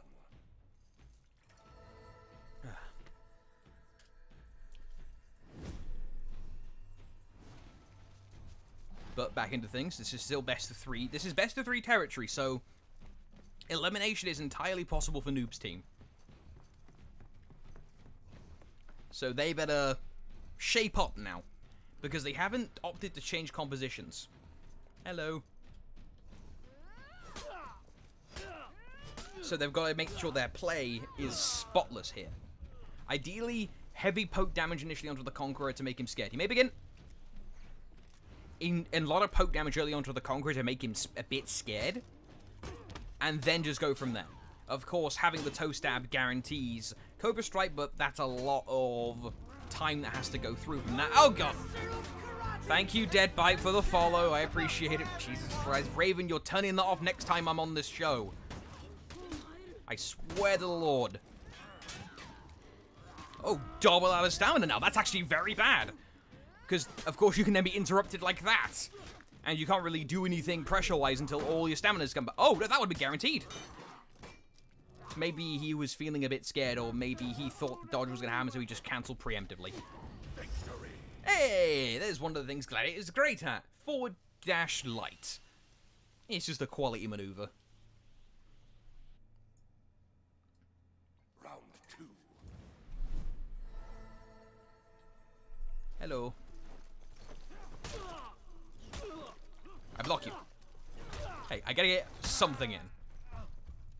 No, there's no need to apologize, Deadbite. There's no need.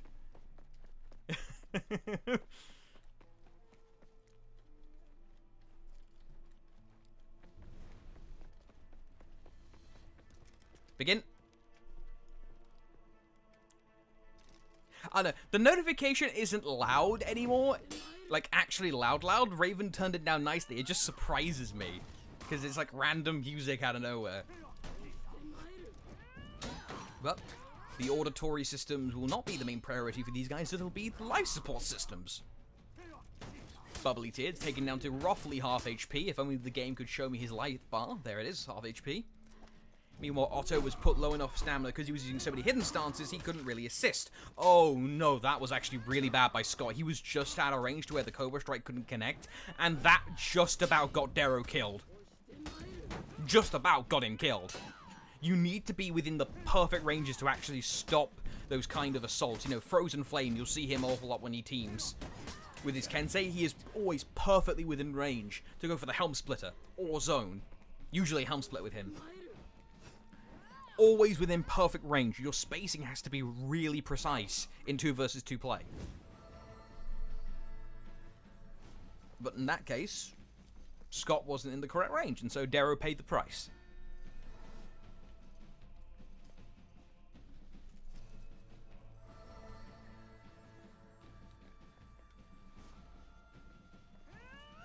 Hello. Let's see if they adjust for this one. Of course, it's hard to keep position when you've got a Conqueror bashing you in the face constantly, so hey-ho. Begin!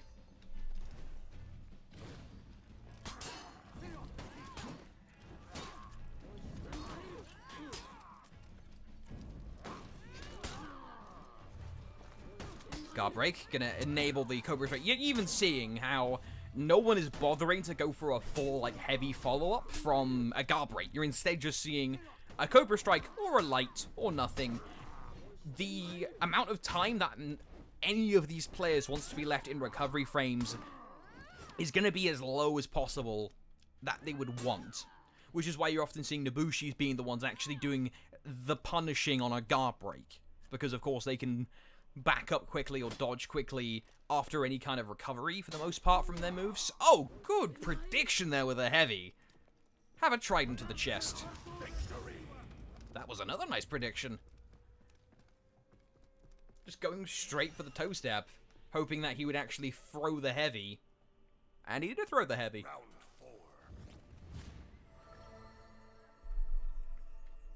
Of course, that had less of a chance of backfiring if we saw Bubble actually read it correctly. Or Bubble do the correct thing, rather, and dash to the right out of the unblockable, because of course you can dash to cancel it.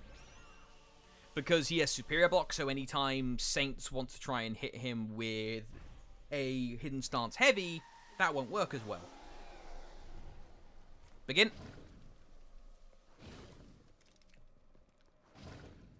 What is this snowball tech? That's your own fault there, Sunshine. I'm sorry, you can't do the teleport stuff anymore, at least to our knowledge, unless there's like some hidden form of Slippy Tech. Good hidden stance, and of course that being a hidden stance heavy guarantees the hit follow-up. That's a shocking amount of damage done off of a single thrown heavy that was done at the wrong time by Scott. That's how lethal Nobushi is, if played with the hidden stance in mind. And that's why she is still one of the best people in the game, really, to this day. In ones, she's a bit doo-doo, but in multi-man fights, always wonderful to have Nobushi on side. Now Scott, crippling, low HP. Although I heard the sound of some toes being stabbed, but that was actually a mutual kill. I think Otto had a bleed tick onto Darrow, and I have to imagine then simply Bubbles just kind of tapped him once, and that enabled the kill. Just how, like, Otto just taps Scott in the face.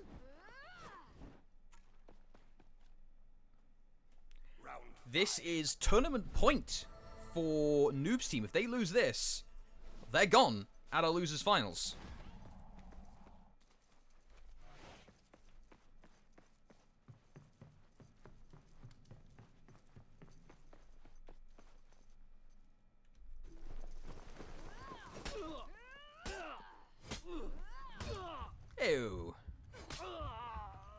let's get straight back into it. They don't waste any time.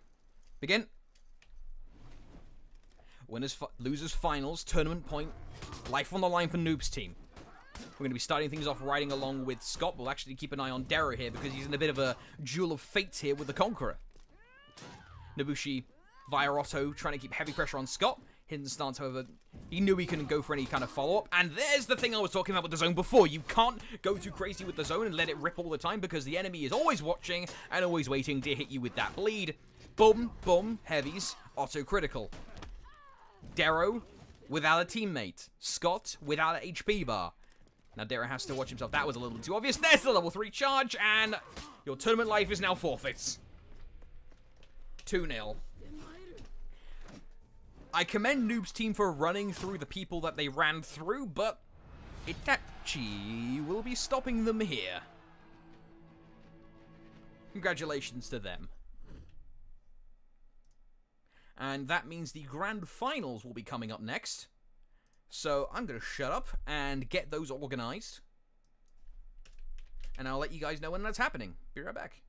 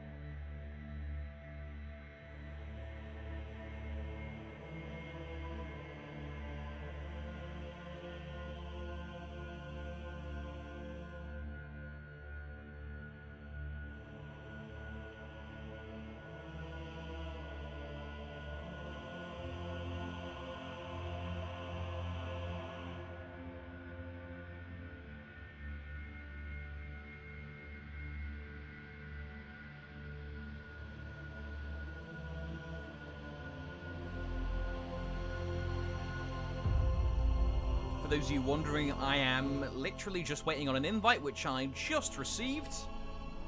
And we're going to be going into the grand finals, which, like Barrakeet and Co. were hoping for, will be a run back. Why can't I accept the invite? Uplay's being great. Oh, thank you for the follow, Reptil. And friendship for everyone. One sec, just need to sort this out.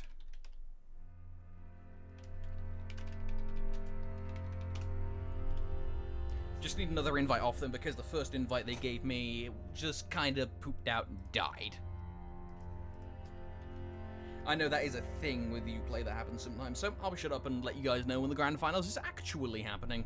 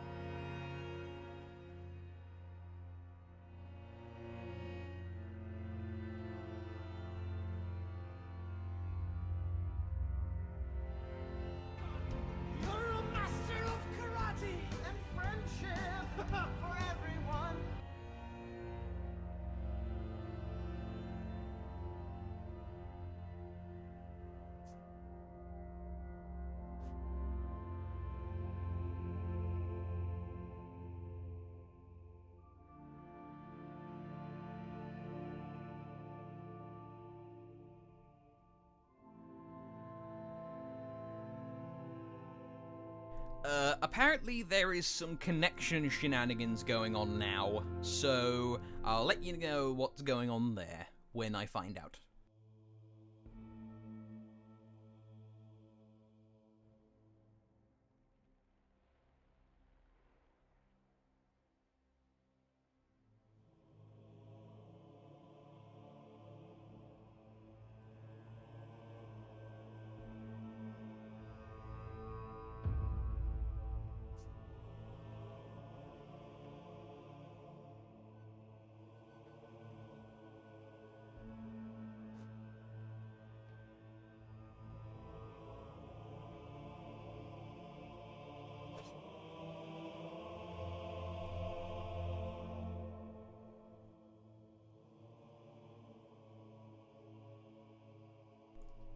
Alrighty.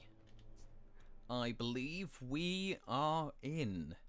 Or at least we're in the group. Apparently there was some shenanigans to do with connections. Specifically Romanian to other people connections. But we're in now. Finally.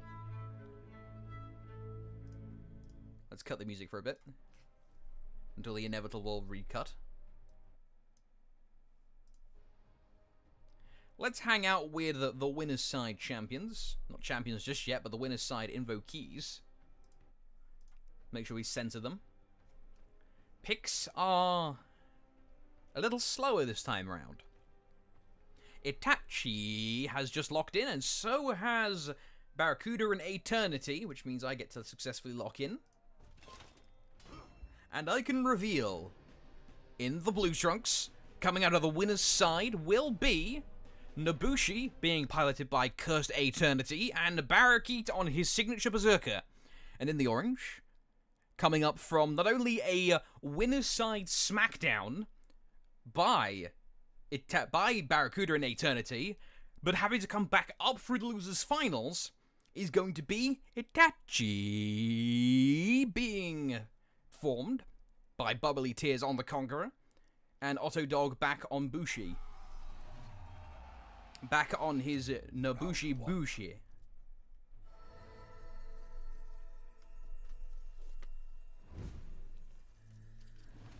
Okay, if we're gonna have a finals, we've got to have Knight's Promises on. That or, like, the final track, which I can never remember the name of. Where is it? I'm one bound for glory. Oh. Oh, bloody hell. Or we can just have an alert, that works too. Thank you, Shocking. Ruining my ambience. Kill him, please. Hello, thank you. I need to die.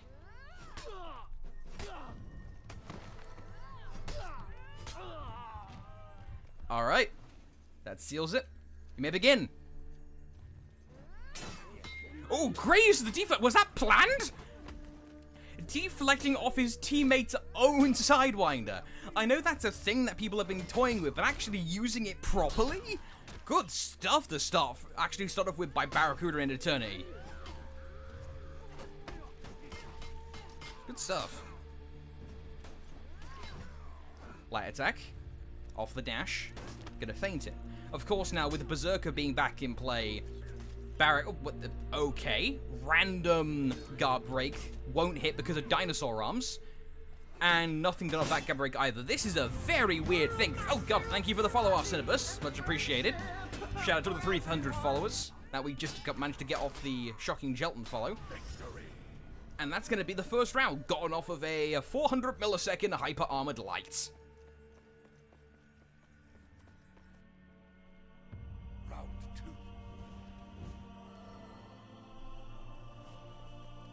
I'm going to be taken off the ledge, aren't I?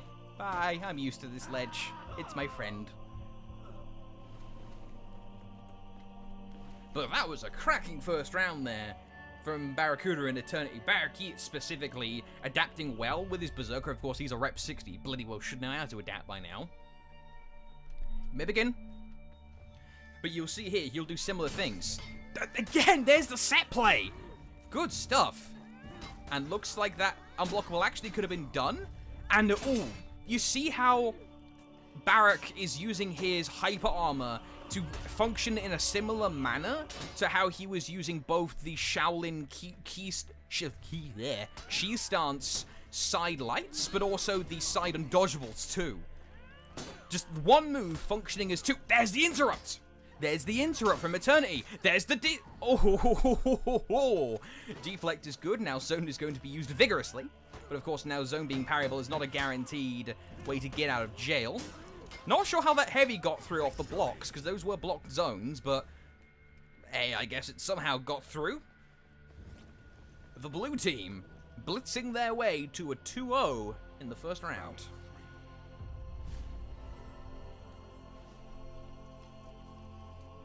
That seemed to have put Itachi a little bit on edge. They were thinking of a bit of a slower fight and one they were used to with the Shaolin. Moments where Barak was just sitting back in cheese stance and watching for the perfect time to insert a move. But this time he's going nuts. But at the same time, let's not discount Eternity. He has been doing an excellent job keeping pressure on. Begin. An excellent job applying pressure. And in the right places too. He's not getting himself bopped by the opposing Nobushi with his attacks at the same time. Simple light works. Able to cross over. You see Barak. Oh, whoa! Good timing there on the dash heavy. There's a rarity you see that move get pulled out.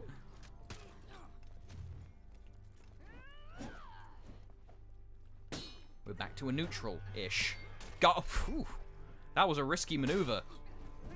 Going for the guard break to stop any potential follow-up from Otto. He could have got stabbed himself if he wasn't careful. And now, Otto's guard dog, Bubbly, gonna get smacked in the face by a Sidewinder. No full block. Good deflect! I am fanboying on the inside slightly with these set plays. I've only seen this stuff done in, like, little... Dude, you got so fucking lucky. You got so fucking lucky that's if you have luck. Dude, fuck you. Gentlemen, keep the content clean. There are children watching. Maybe. I love you, bro.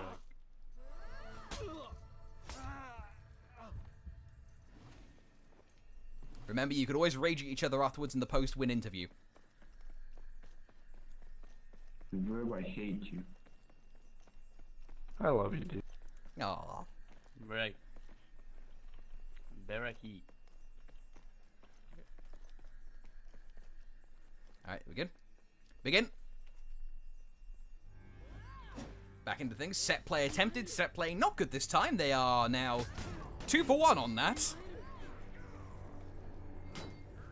Externaled. Externaled again. This time not so lucky on the external. Bubbly taking enough chip to where it's concerning. There's the heavy being deployed. Now, I say that I'm so shocked with that dash heavy being used because, yeah, it is hyper armor, but it only gives you like 20-something damage and it's a bit slow, so it's kind of parry bait sometimes. But obviously, Barak is timing it well enough to where he isn't being punished as well as maybe you would have it happen in like a matchmaking game. And that's going to be death. 2-2. Already in the first map of the best of 5, we're up to the final round. These guys really want it. Round 5.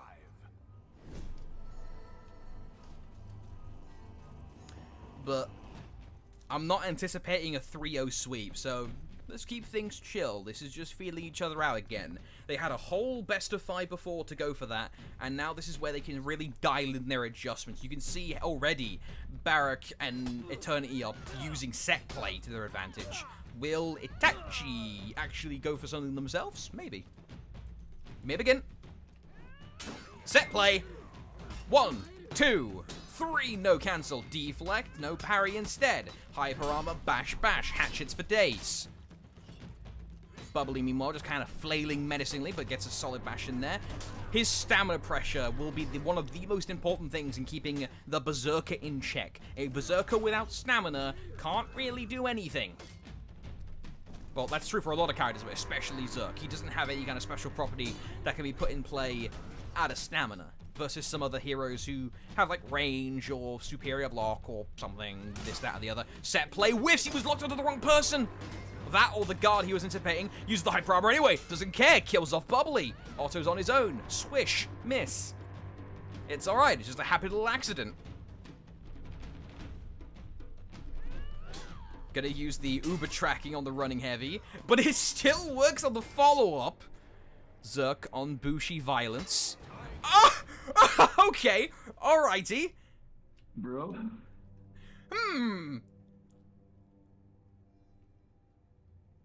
I see you guys want to wear out my voice in the first bloody round. Thanks. Let's go, boys. Bro? Oh, it happens. Jesus Christ. What is this?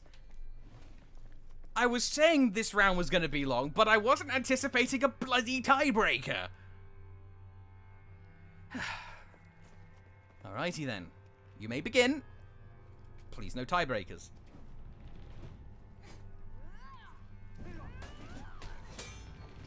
Bubbly serving a similar role as he did before. Vanguard to Otto's offense. Oh, I see what he's doing now. I just realized this with that particular dash heavy. The dash heavy has that weird property on certain moves in For Honor where the physical your body moving through a crowd will move everyone away. So you can use it as a form of pseudo CC. At least I believe that's what he's doing. I'll have to ask Barak after in the post-win interview if he actually ends up winning. 1-0. That's not 2. 1-0. Itachi.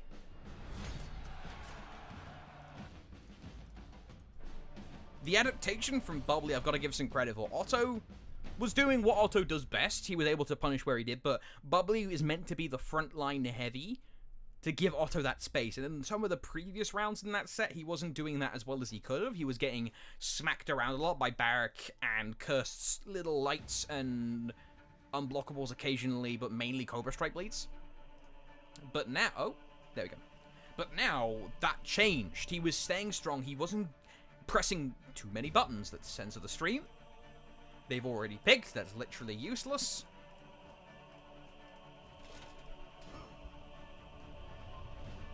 Alright, this is why I need a stream deck. Or using my keyboard like hotkeys or something. You ain't gonna get them coins, partner. Red Dead isn't out yet. You're not allowed to say partner. It's banned.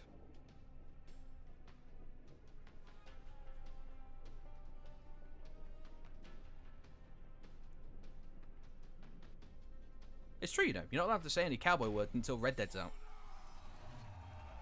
Well, which rulebook does it say it? The Manga Carta. If you want to go find out, look up the Manga Carta. It's totally in there. I swear.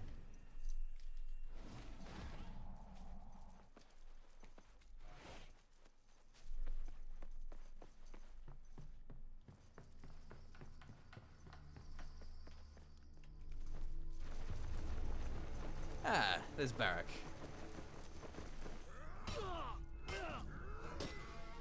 Ha. There we go. You may begin. Back into the swing of things. Set play, good. But Otto saw it coming. Adaptation has been achieved. Download partially complete on like a 12 megabit connection. Otto was able to light, but he wasn't able to get maybe as high of a punish as he would like. That being the Viper's Retreat / Cobra Strike. Sidewinders, not going to be punished by any kind of full block uppercut. Now Barak replacing his angle of attack to keep his focus around and orbit around the Conqueror.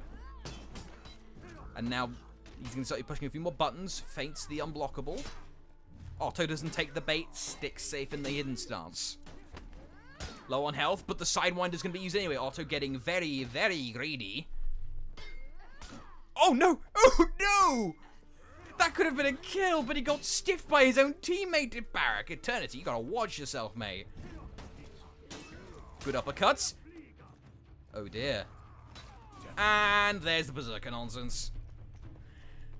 Berserker, he's in my proverbial bad book because of players who know how to do fully delayed 400 millisecond light attacks. Especially after the heavy. So you can almost look like you're just fainting into just nothing. ask anybody on For Honor. You showed it to them. there was some kind of conversation going on there. But, as I was saying, especially where there's enough of a delay on the light where it looks like you've just heavy fainted into neutral.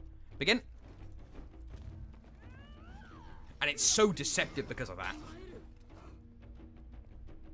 And I know with the top players in the game, it's not as big of a threat as I make it out to be, but there's a reason why I'm on the commentary desk and not playing. Oh dear! And there's a reason why Otto is dead, because he took too much damage. He was stood right in between two of the spinniest blades in the game. Well, 3, technically. There's 2 hatchets in the Zerka's hand. I mean, what does he think was going to happen? Oh dear. Bubbles dropped the zone at precisely the wrong moment. Single 500 MS light. Because why not? Have a drink. Round 3.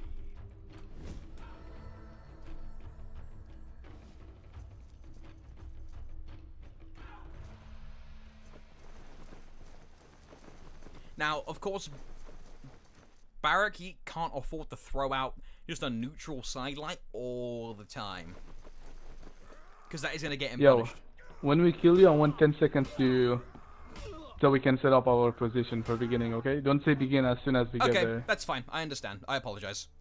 I hate Berkey. Okay, we can start. Okay, begin. Yeah, if they request it, you may begin. Are they actually timing out 10 seconds? Please murder each other for the entertainment of the crowd. Oh, there we go. I'm actually motivated. Hidden stance is the kick. Double tap, bleeding on the Bushi. 2 little stamina, but I believe that punish was all they could get in that scenario onto Otto because of Bubbles was waiting in the wings. They wouldn't be able to go for something like, oh god. Thank you, Destroyer Titanos, for the follow. I do appreciate it. Raising my heart rate slightly. Curse now, lower stamina. Gonna get his target. Yo, what's it? What's back? Put back. Got you. Good one. That was a funny one. At least they're having a bit of fun with it. No. We're not done. No? It's 1-1. 1-1. That makes it 1-1.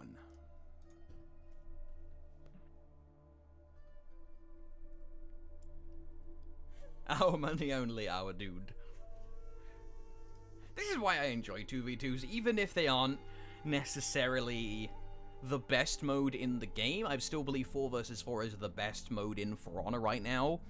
There is still something there, just the, I don't know, intimacy, I guess, of like really good 2 versus 2 play that I find enjoyable to watch, even if it is a bit dull sometimes. Got a sense of the screen. Picks have been done. Alright, we're going in.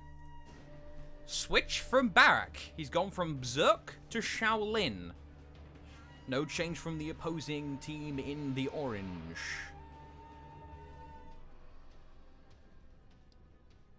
Now, of course, in For Honor, we do run with the rule set of character switches are available at every opportunity. Not just for losers. Ganking, please. Yeah, this is honorable 2v2s, which is just 2 1 versus 1s, so please keep to that, or you'll be DQ'd. Can we have revenge on, please? Otherwise, it's not fair. Yeah.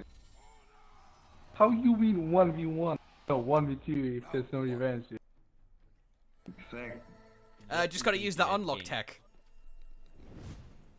Isn't unlock tech forbidden though? It wasn't. Ever since For Honor died on that one mysterious day to Alanak, and no one really cares anymore. That's what YouTube told me.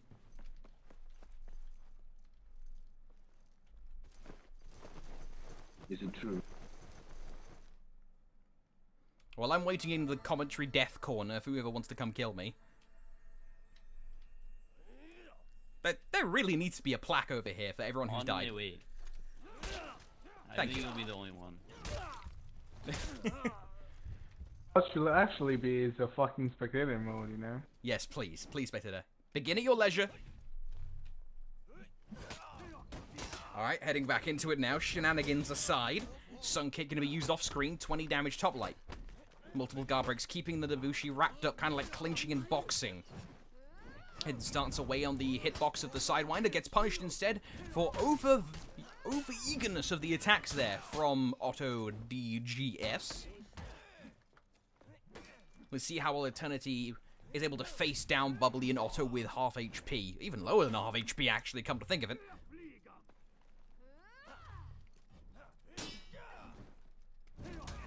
Oh dear, that was a little bit quick on that turnaround dash from Bubbly, but not too much damage off it nonetheless. Things have slowed down a little bit, just a couple more attacks. Although things are picking up now, with a couple opportunities that have opened themselves up for blue teams to insert some bleed attacks. Ooh, that was creative by the Shaolin, using the wide hit arc on that particular move to actually hit both of them at the same time and keep them in block stun. I don't know.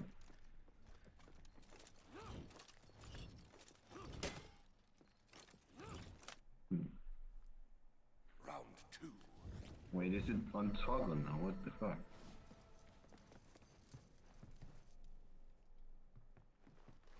There we go. Aye. So, even with the win, Barak wanted to go to Shaolin, which obviously means they want to go for a change of style. Maybe they feel like there's been so much dodging and hidden stance usage this game that having the undodgeable will make them respect. Beginning your leisure. Having the undodgeable will cause the opposing Itachi to think twice. Of course, Shaolin doesn't have that many weaknesses right now, at least glaring ones, so unlike, say, a Zhangjun or a Nusha. Ooh, actually interrupted his own teammate there. Barak has to be careful. And this is the bit where Shaolin doesn't really shine, where he can't get any space to sit back in Chi stance and intimidate. Top light. There's the follow-up. You see how quick that reaction was? That's what I've been talking about this entire day. How these teams are synchronized to a point where in 2 versus 2, a single momentary opening is what they need to get damage in. Ooh. The Shaolin finally ends up falling. And now time for the Conqueror Mind Games. Oh no! Nabushi's got some of his own! Oh god, the last thing you want is a Sidewinder to the armpit while you're charging up a top heavy. Oof. Round 3. I'm not even sure if that Sidewinder was meant to catch the dash that he maybe 8 was thinking was going to happen. I'm just calling him Eternity. I keep trying to say 8 Eternity, but I hate saying that, so just Eternity.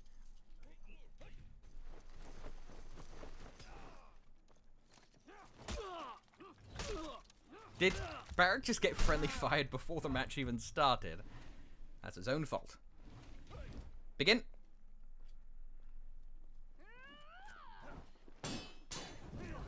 Ooh, good use of the retreat. I forget the actual name of that move. I've seen it so little in Nabushi play. The one where you hit dodge on hits or on block to actually dash backwards. He used that to avoid a good bit of punishment and only receive a minor bit of chip. Good use of the 400 top light from the Shaolin. There's the interrupt there. You won't be seeing that many confirmed heavies off guard breaks in 2 versus 2. In 2 versus 1, most likely. That is if the 2's doing it, not the 1. But in straight 2 versus 2 where everyone's standing, the enemy's teammate is just going to interrupt you every single time.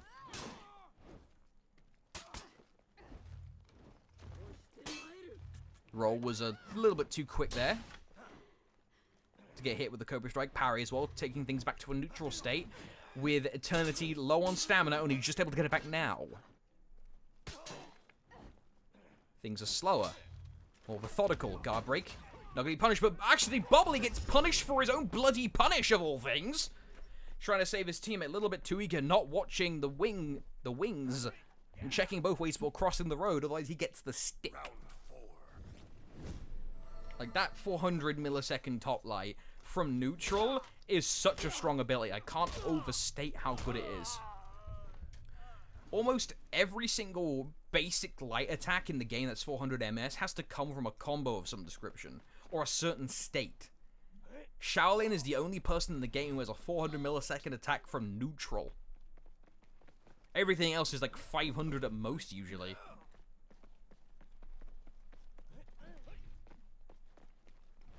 May I begin?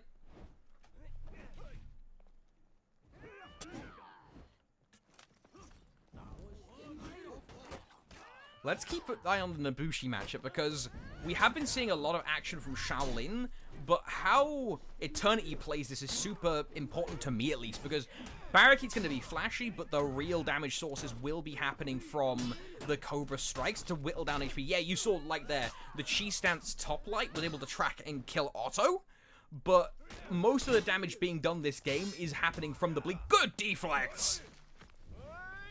Who needs a face, anyway? 2-1. Yeah, this is best of 5. This is grand finals. Okay. And there is also the bracket reset thing, by the way, but it's 2-1 to the winners right now, so Monka S. Monka S. Oh, I should probably add that to the scoreboards. There is the whole winners and losers bracket side to the equation.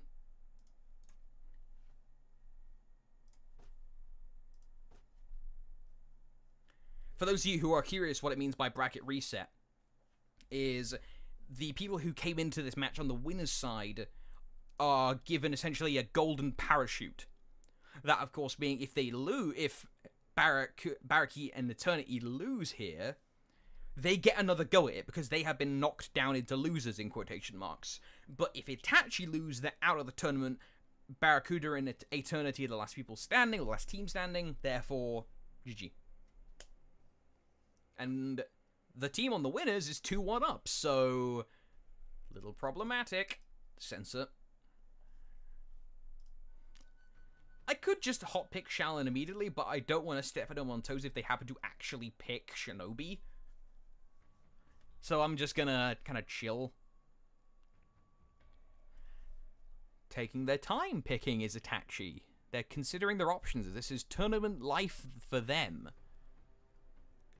There has been a character switch, and it's been locked in. Alright. I can confirm that Itachi has swapped out the Conqueror for a Kensei. No changes from the winning side team. This changes the matchup quite heavily for me. Barak will be feeling a smidgen more confident in staying in Chi stance. Because, of course, he doesn't have a Shaolin Shinobi, I get them mixed up so much now. The Shaolin no longer has the ability to dash out of the Chi stance. Round 1. He can only really cancel and then dodge, but there's a slight delay, so the Conqueror can hit you with it. But against an opponent who is most likely going to try and zone you, or top light you, or helm splitter you, in the case of Kensei, Chi stance provides the superior block sidelights, which Barak has been displaying excellent usage of early on in the tournament. He's had to put it in his back pocket for a bit because he's been facing bash-heavy characters for the rest of it. Like Conqueror. You may begin. So the playstyle, once again from the Shaolin, must change accordingly. And even then, the sun kicks. Oh, was that a deflect off of a friendly or an enemy? I didn't see that. Was too fast for me. Someone give me the answer on a postcard, please. Meanwhile, Cursed, able to successfully keep himself alive even off the parry. Bubbly drops. Naginata against the world. Ugh. That's a rough situation. 2 versus 1 already is a bit annoying. But against Shaolin, with the ability to do the triple tap, keeping you in check for a specific duration of time, that's not impossible to go against, but it is very, very smothering. It makes you scared to do anything, because even on a counter guard break, you try and... If someone guard breaks you, you counter guard break, you're just gonna get bapped anyway. I'm throwing myself off the caster cliff, one moment.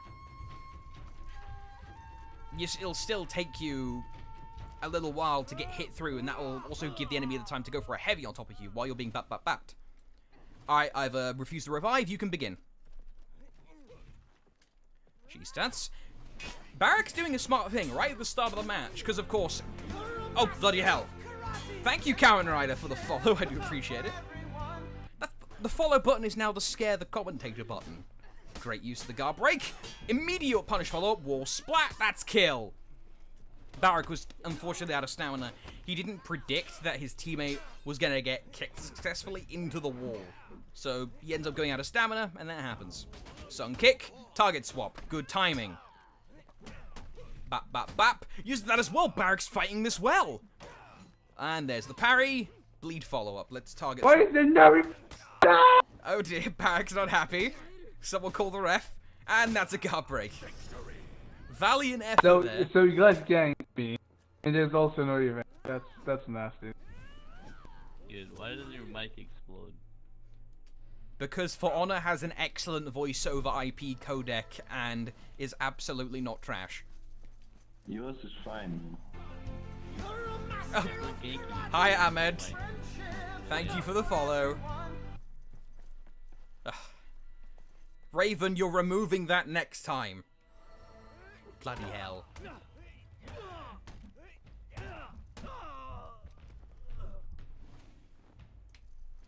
You may begin at your leisure. The drums of war sound.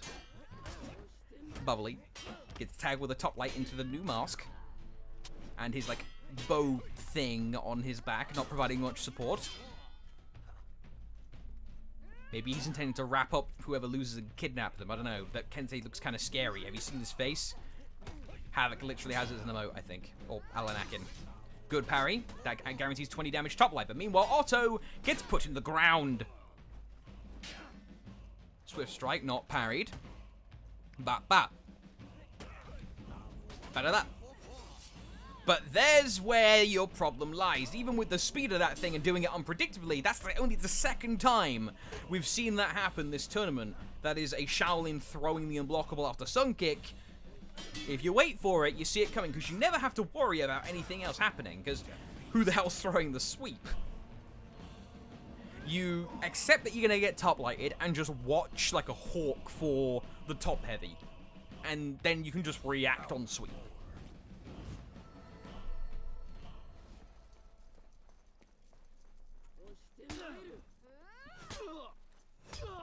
However, I am seeing Itachi falling for the Shaolin bap quite a lot these days.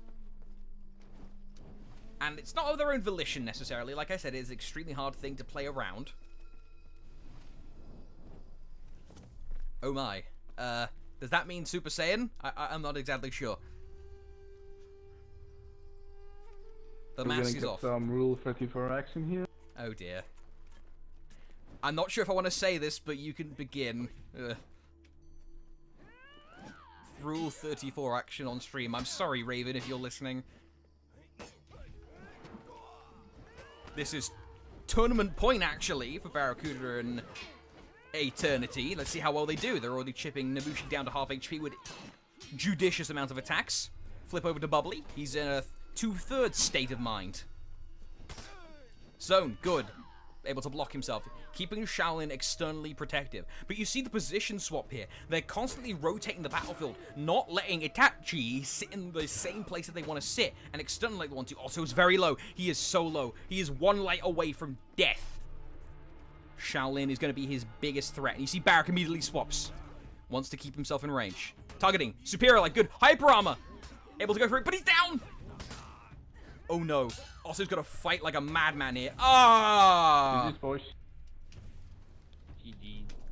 Alright, Barracuda and Eternity, if you could be gentlemen and come to the For Honor Arena Discord, I want to have an interview with you real quick. Okay. I like to have a winner's interview afterwards. So congratulations to them, they make it through.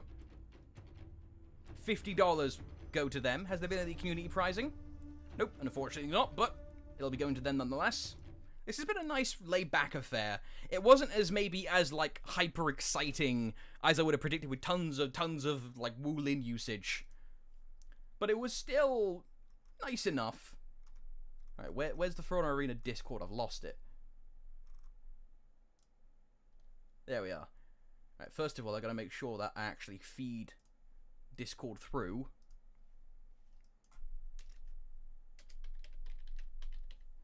Here we are. We're just gonna wait on them. So yeah, I guess while we're waiting on them, I can just say thank you all very much for watching. I do appreciate all you guys coming out and watching the PC. Yeah, this is 2 versus 2. It's kind of a meh staple these days of For Honor, but I still have a good time with it, and we did see some fun stuff with Shaolin. I definitely like that. Where the bloody hell are those two?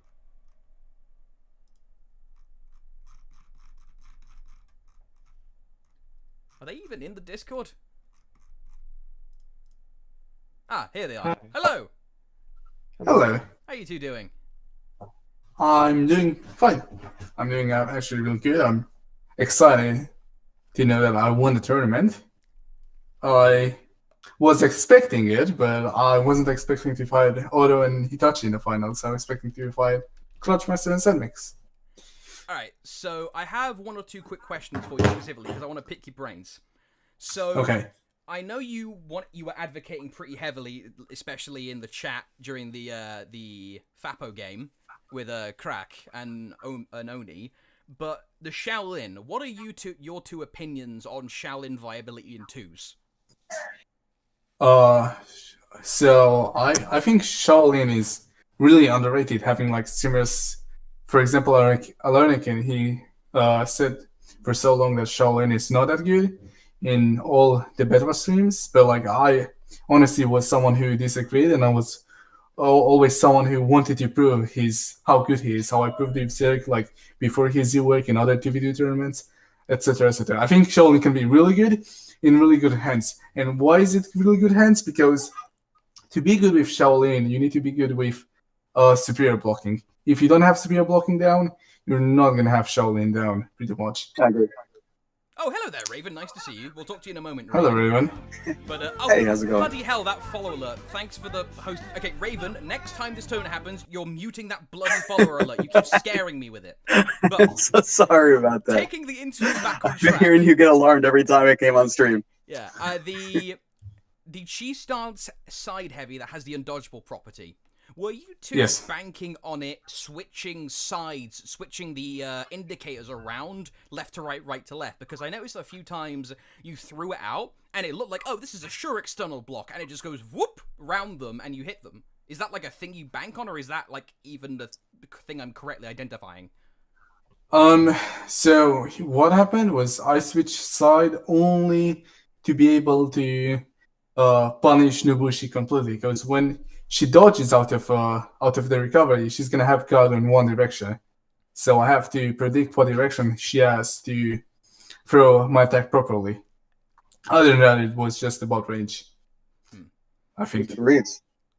And final general one for you, Eternity.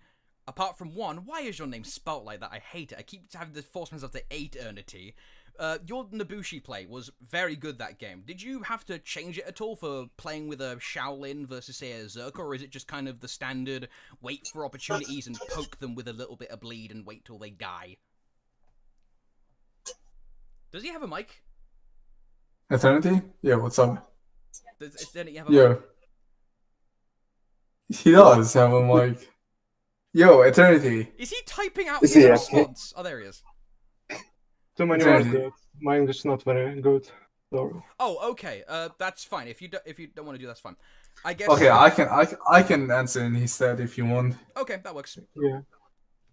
yeah. So he definitely had, when I was playing Berserker, he was having like a cover gameplay in a way. Like I was going in ham, and he was making sure I'm not taking too much damage. But when I was going Shaolin, it was pretty much trying to be a bait for the enemy and like taking hits while I punish the recoveries with like 35 damage side heavies that like reached so far.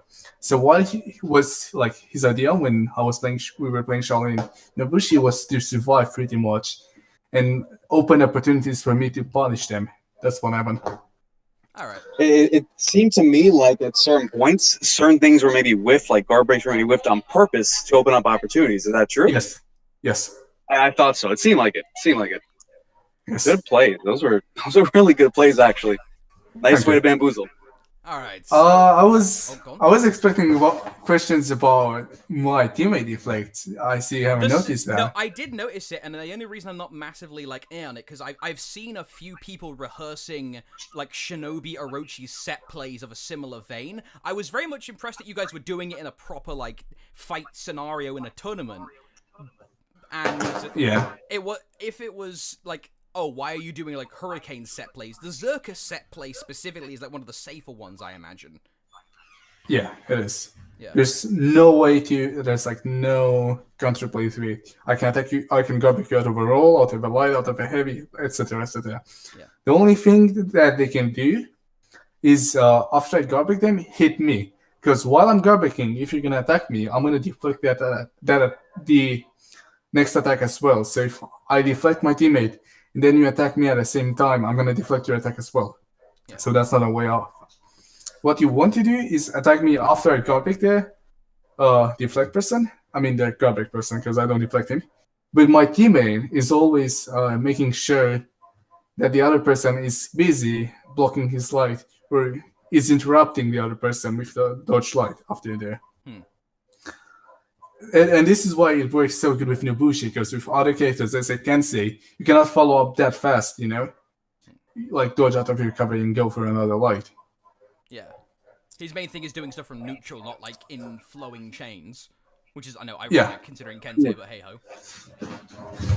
Yeah, so, pretty much. Unless you've got any final things to say, it is getting a little bit late, and you guys have been playing for a decent while now, about 3 hours. So I like to open the floor up to you. You've won. Is there any shout-outs, call-outs, commiserations, or whatever you want to shout out to people on stream? Floor's yours. Shout out to Colville for being shit at the game. Ooh. And shout out to Eternity for being my teammate in this CVT tournament. Shout out to my For Honor team, although Zero Crack, Ghost of Those White Wolf for being pretty much my team, and that's about it. All right. Oh, shout out me and my YouTube channel, which I post educational content quite often. Ever since you posted that video showing off the triple bap on counter guard break, I've hated playing against Shaolins thanks to you. You're the one who posted this. Shit. You saw like I used that in a tournament. You use that a lot. Yeah. It works really well. It's 24 damage, I believe. That's 26. Yeah, it's really, really good. Yeah. Shaolin is he's a good character. Yeah. He's my new main for sure. Underrated. Yeah. But it's really definitely. Good. I agree. All right, thank you very much, guys. I'll let you guys go now and enjoy. Okay. Thank you very much for hosting this tournament. Right, take care, Verbosity. Yes, My bad. There you go. You got it right. Yeah. Thank you, For Honor Arena, for hosting the tournament. Hey, anytime. Take care, guys. See ya. GG's, yeah, take care. Thanks for playing. Brock, Infinity, and of course, Verbosity, thank you for casting. Guys, I'll contact you as far as the prize money goes. I'll just send a message in the Discord. And GG's once again, everybody. Thanks for joining. Yeah. Thanks for hosting again. Take care. Is that everything you wanted to say, Raven, to the stream at all, or is that it? Raven? Oh god, did Raven just die? Well, we'll assume he's dead. Alright, thank you very much for watching, guys. I thought you had anything else to say to the stream. Or are you good? Just that. Thanks for joining, everybody. I really appreciate it. It was a really great tournament. I was hyper obsessive about making sure that I ran as smoothly as possible. So luckily enough, I wasn't too busy today because I was actually at work. But I wasn't too busy, so I was able to manage the minute-to-minute stuff like usual. So that was nice. Because usually I don't work on Sundays. But yeah, GG's. Of course, Verbosity. I just got to hand it off to you for being such a fantastic host and caster. Yeah. Thank you so much once again. Things were a little bit last-second.com, but we got it through in the end. But yeah, I'm probably going to end things off now because it is 20 minutes past 11. I want to get some food. So thank you all very much for watching. I appreciate everyone being here. Unless you get anything else to say, we can just let everyone else go. Yeah, no. Everybody have a good night and take care. Thank you all for watching. You can all go now.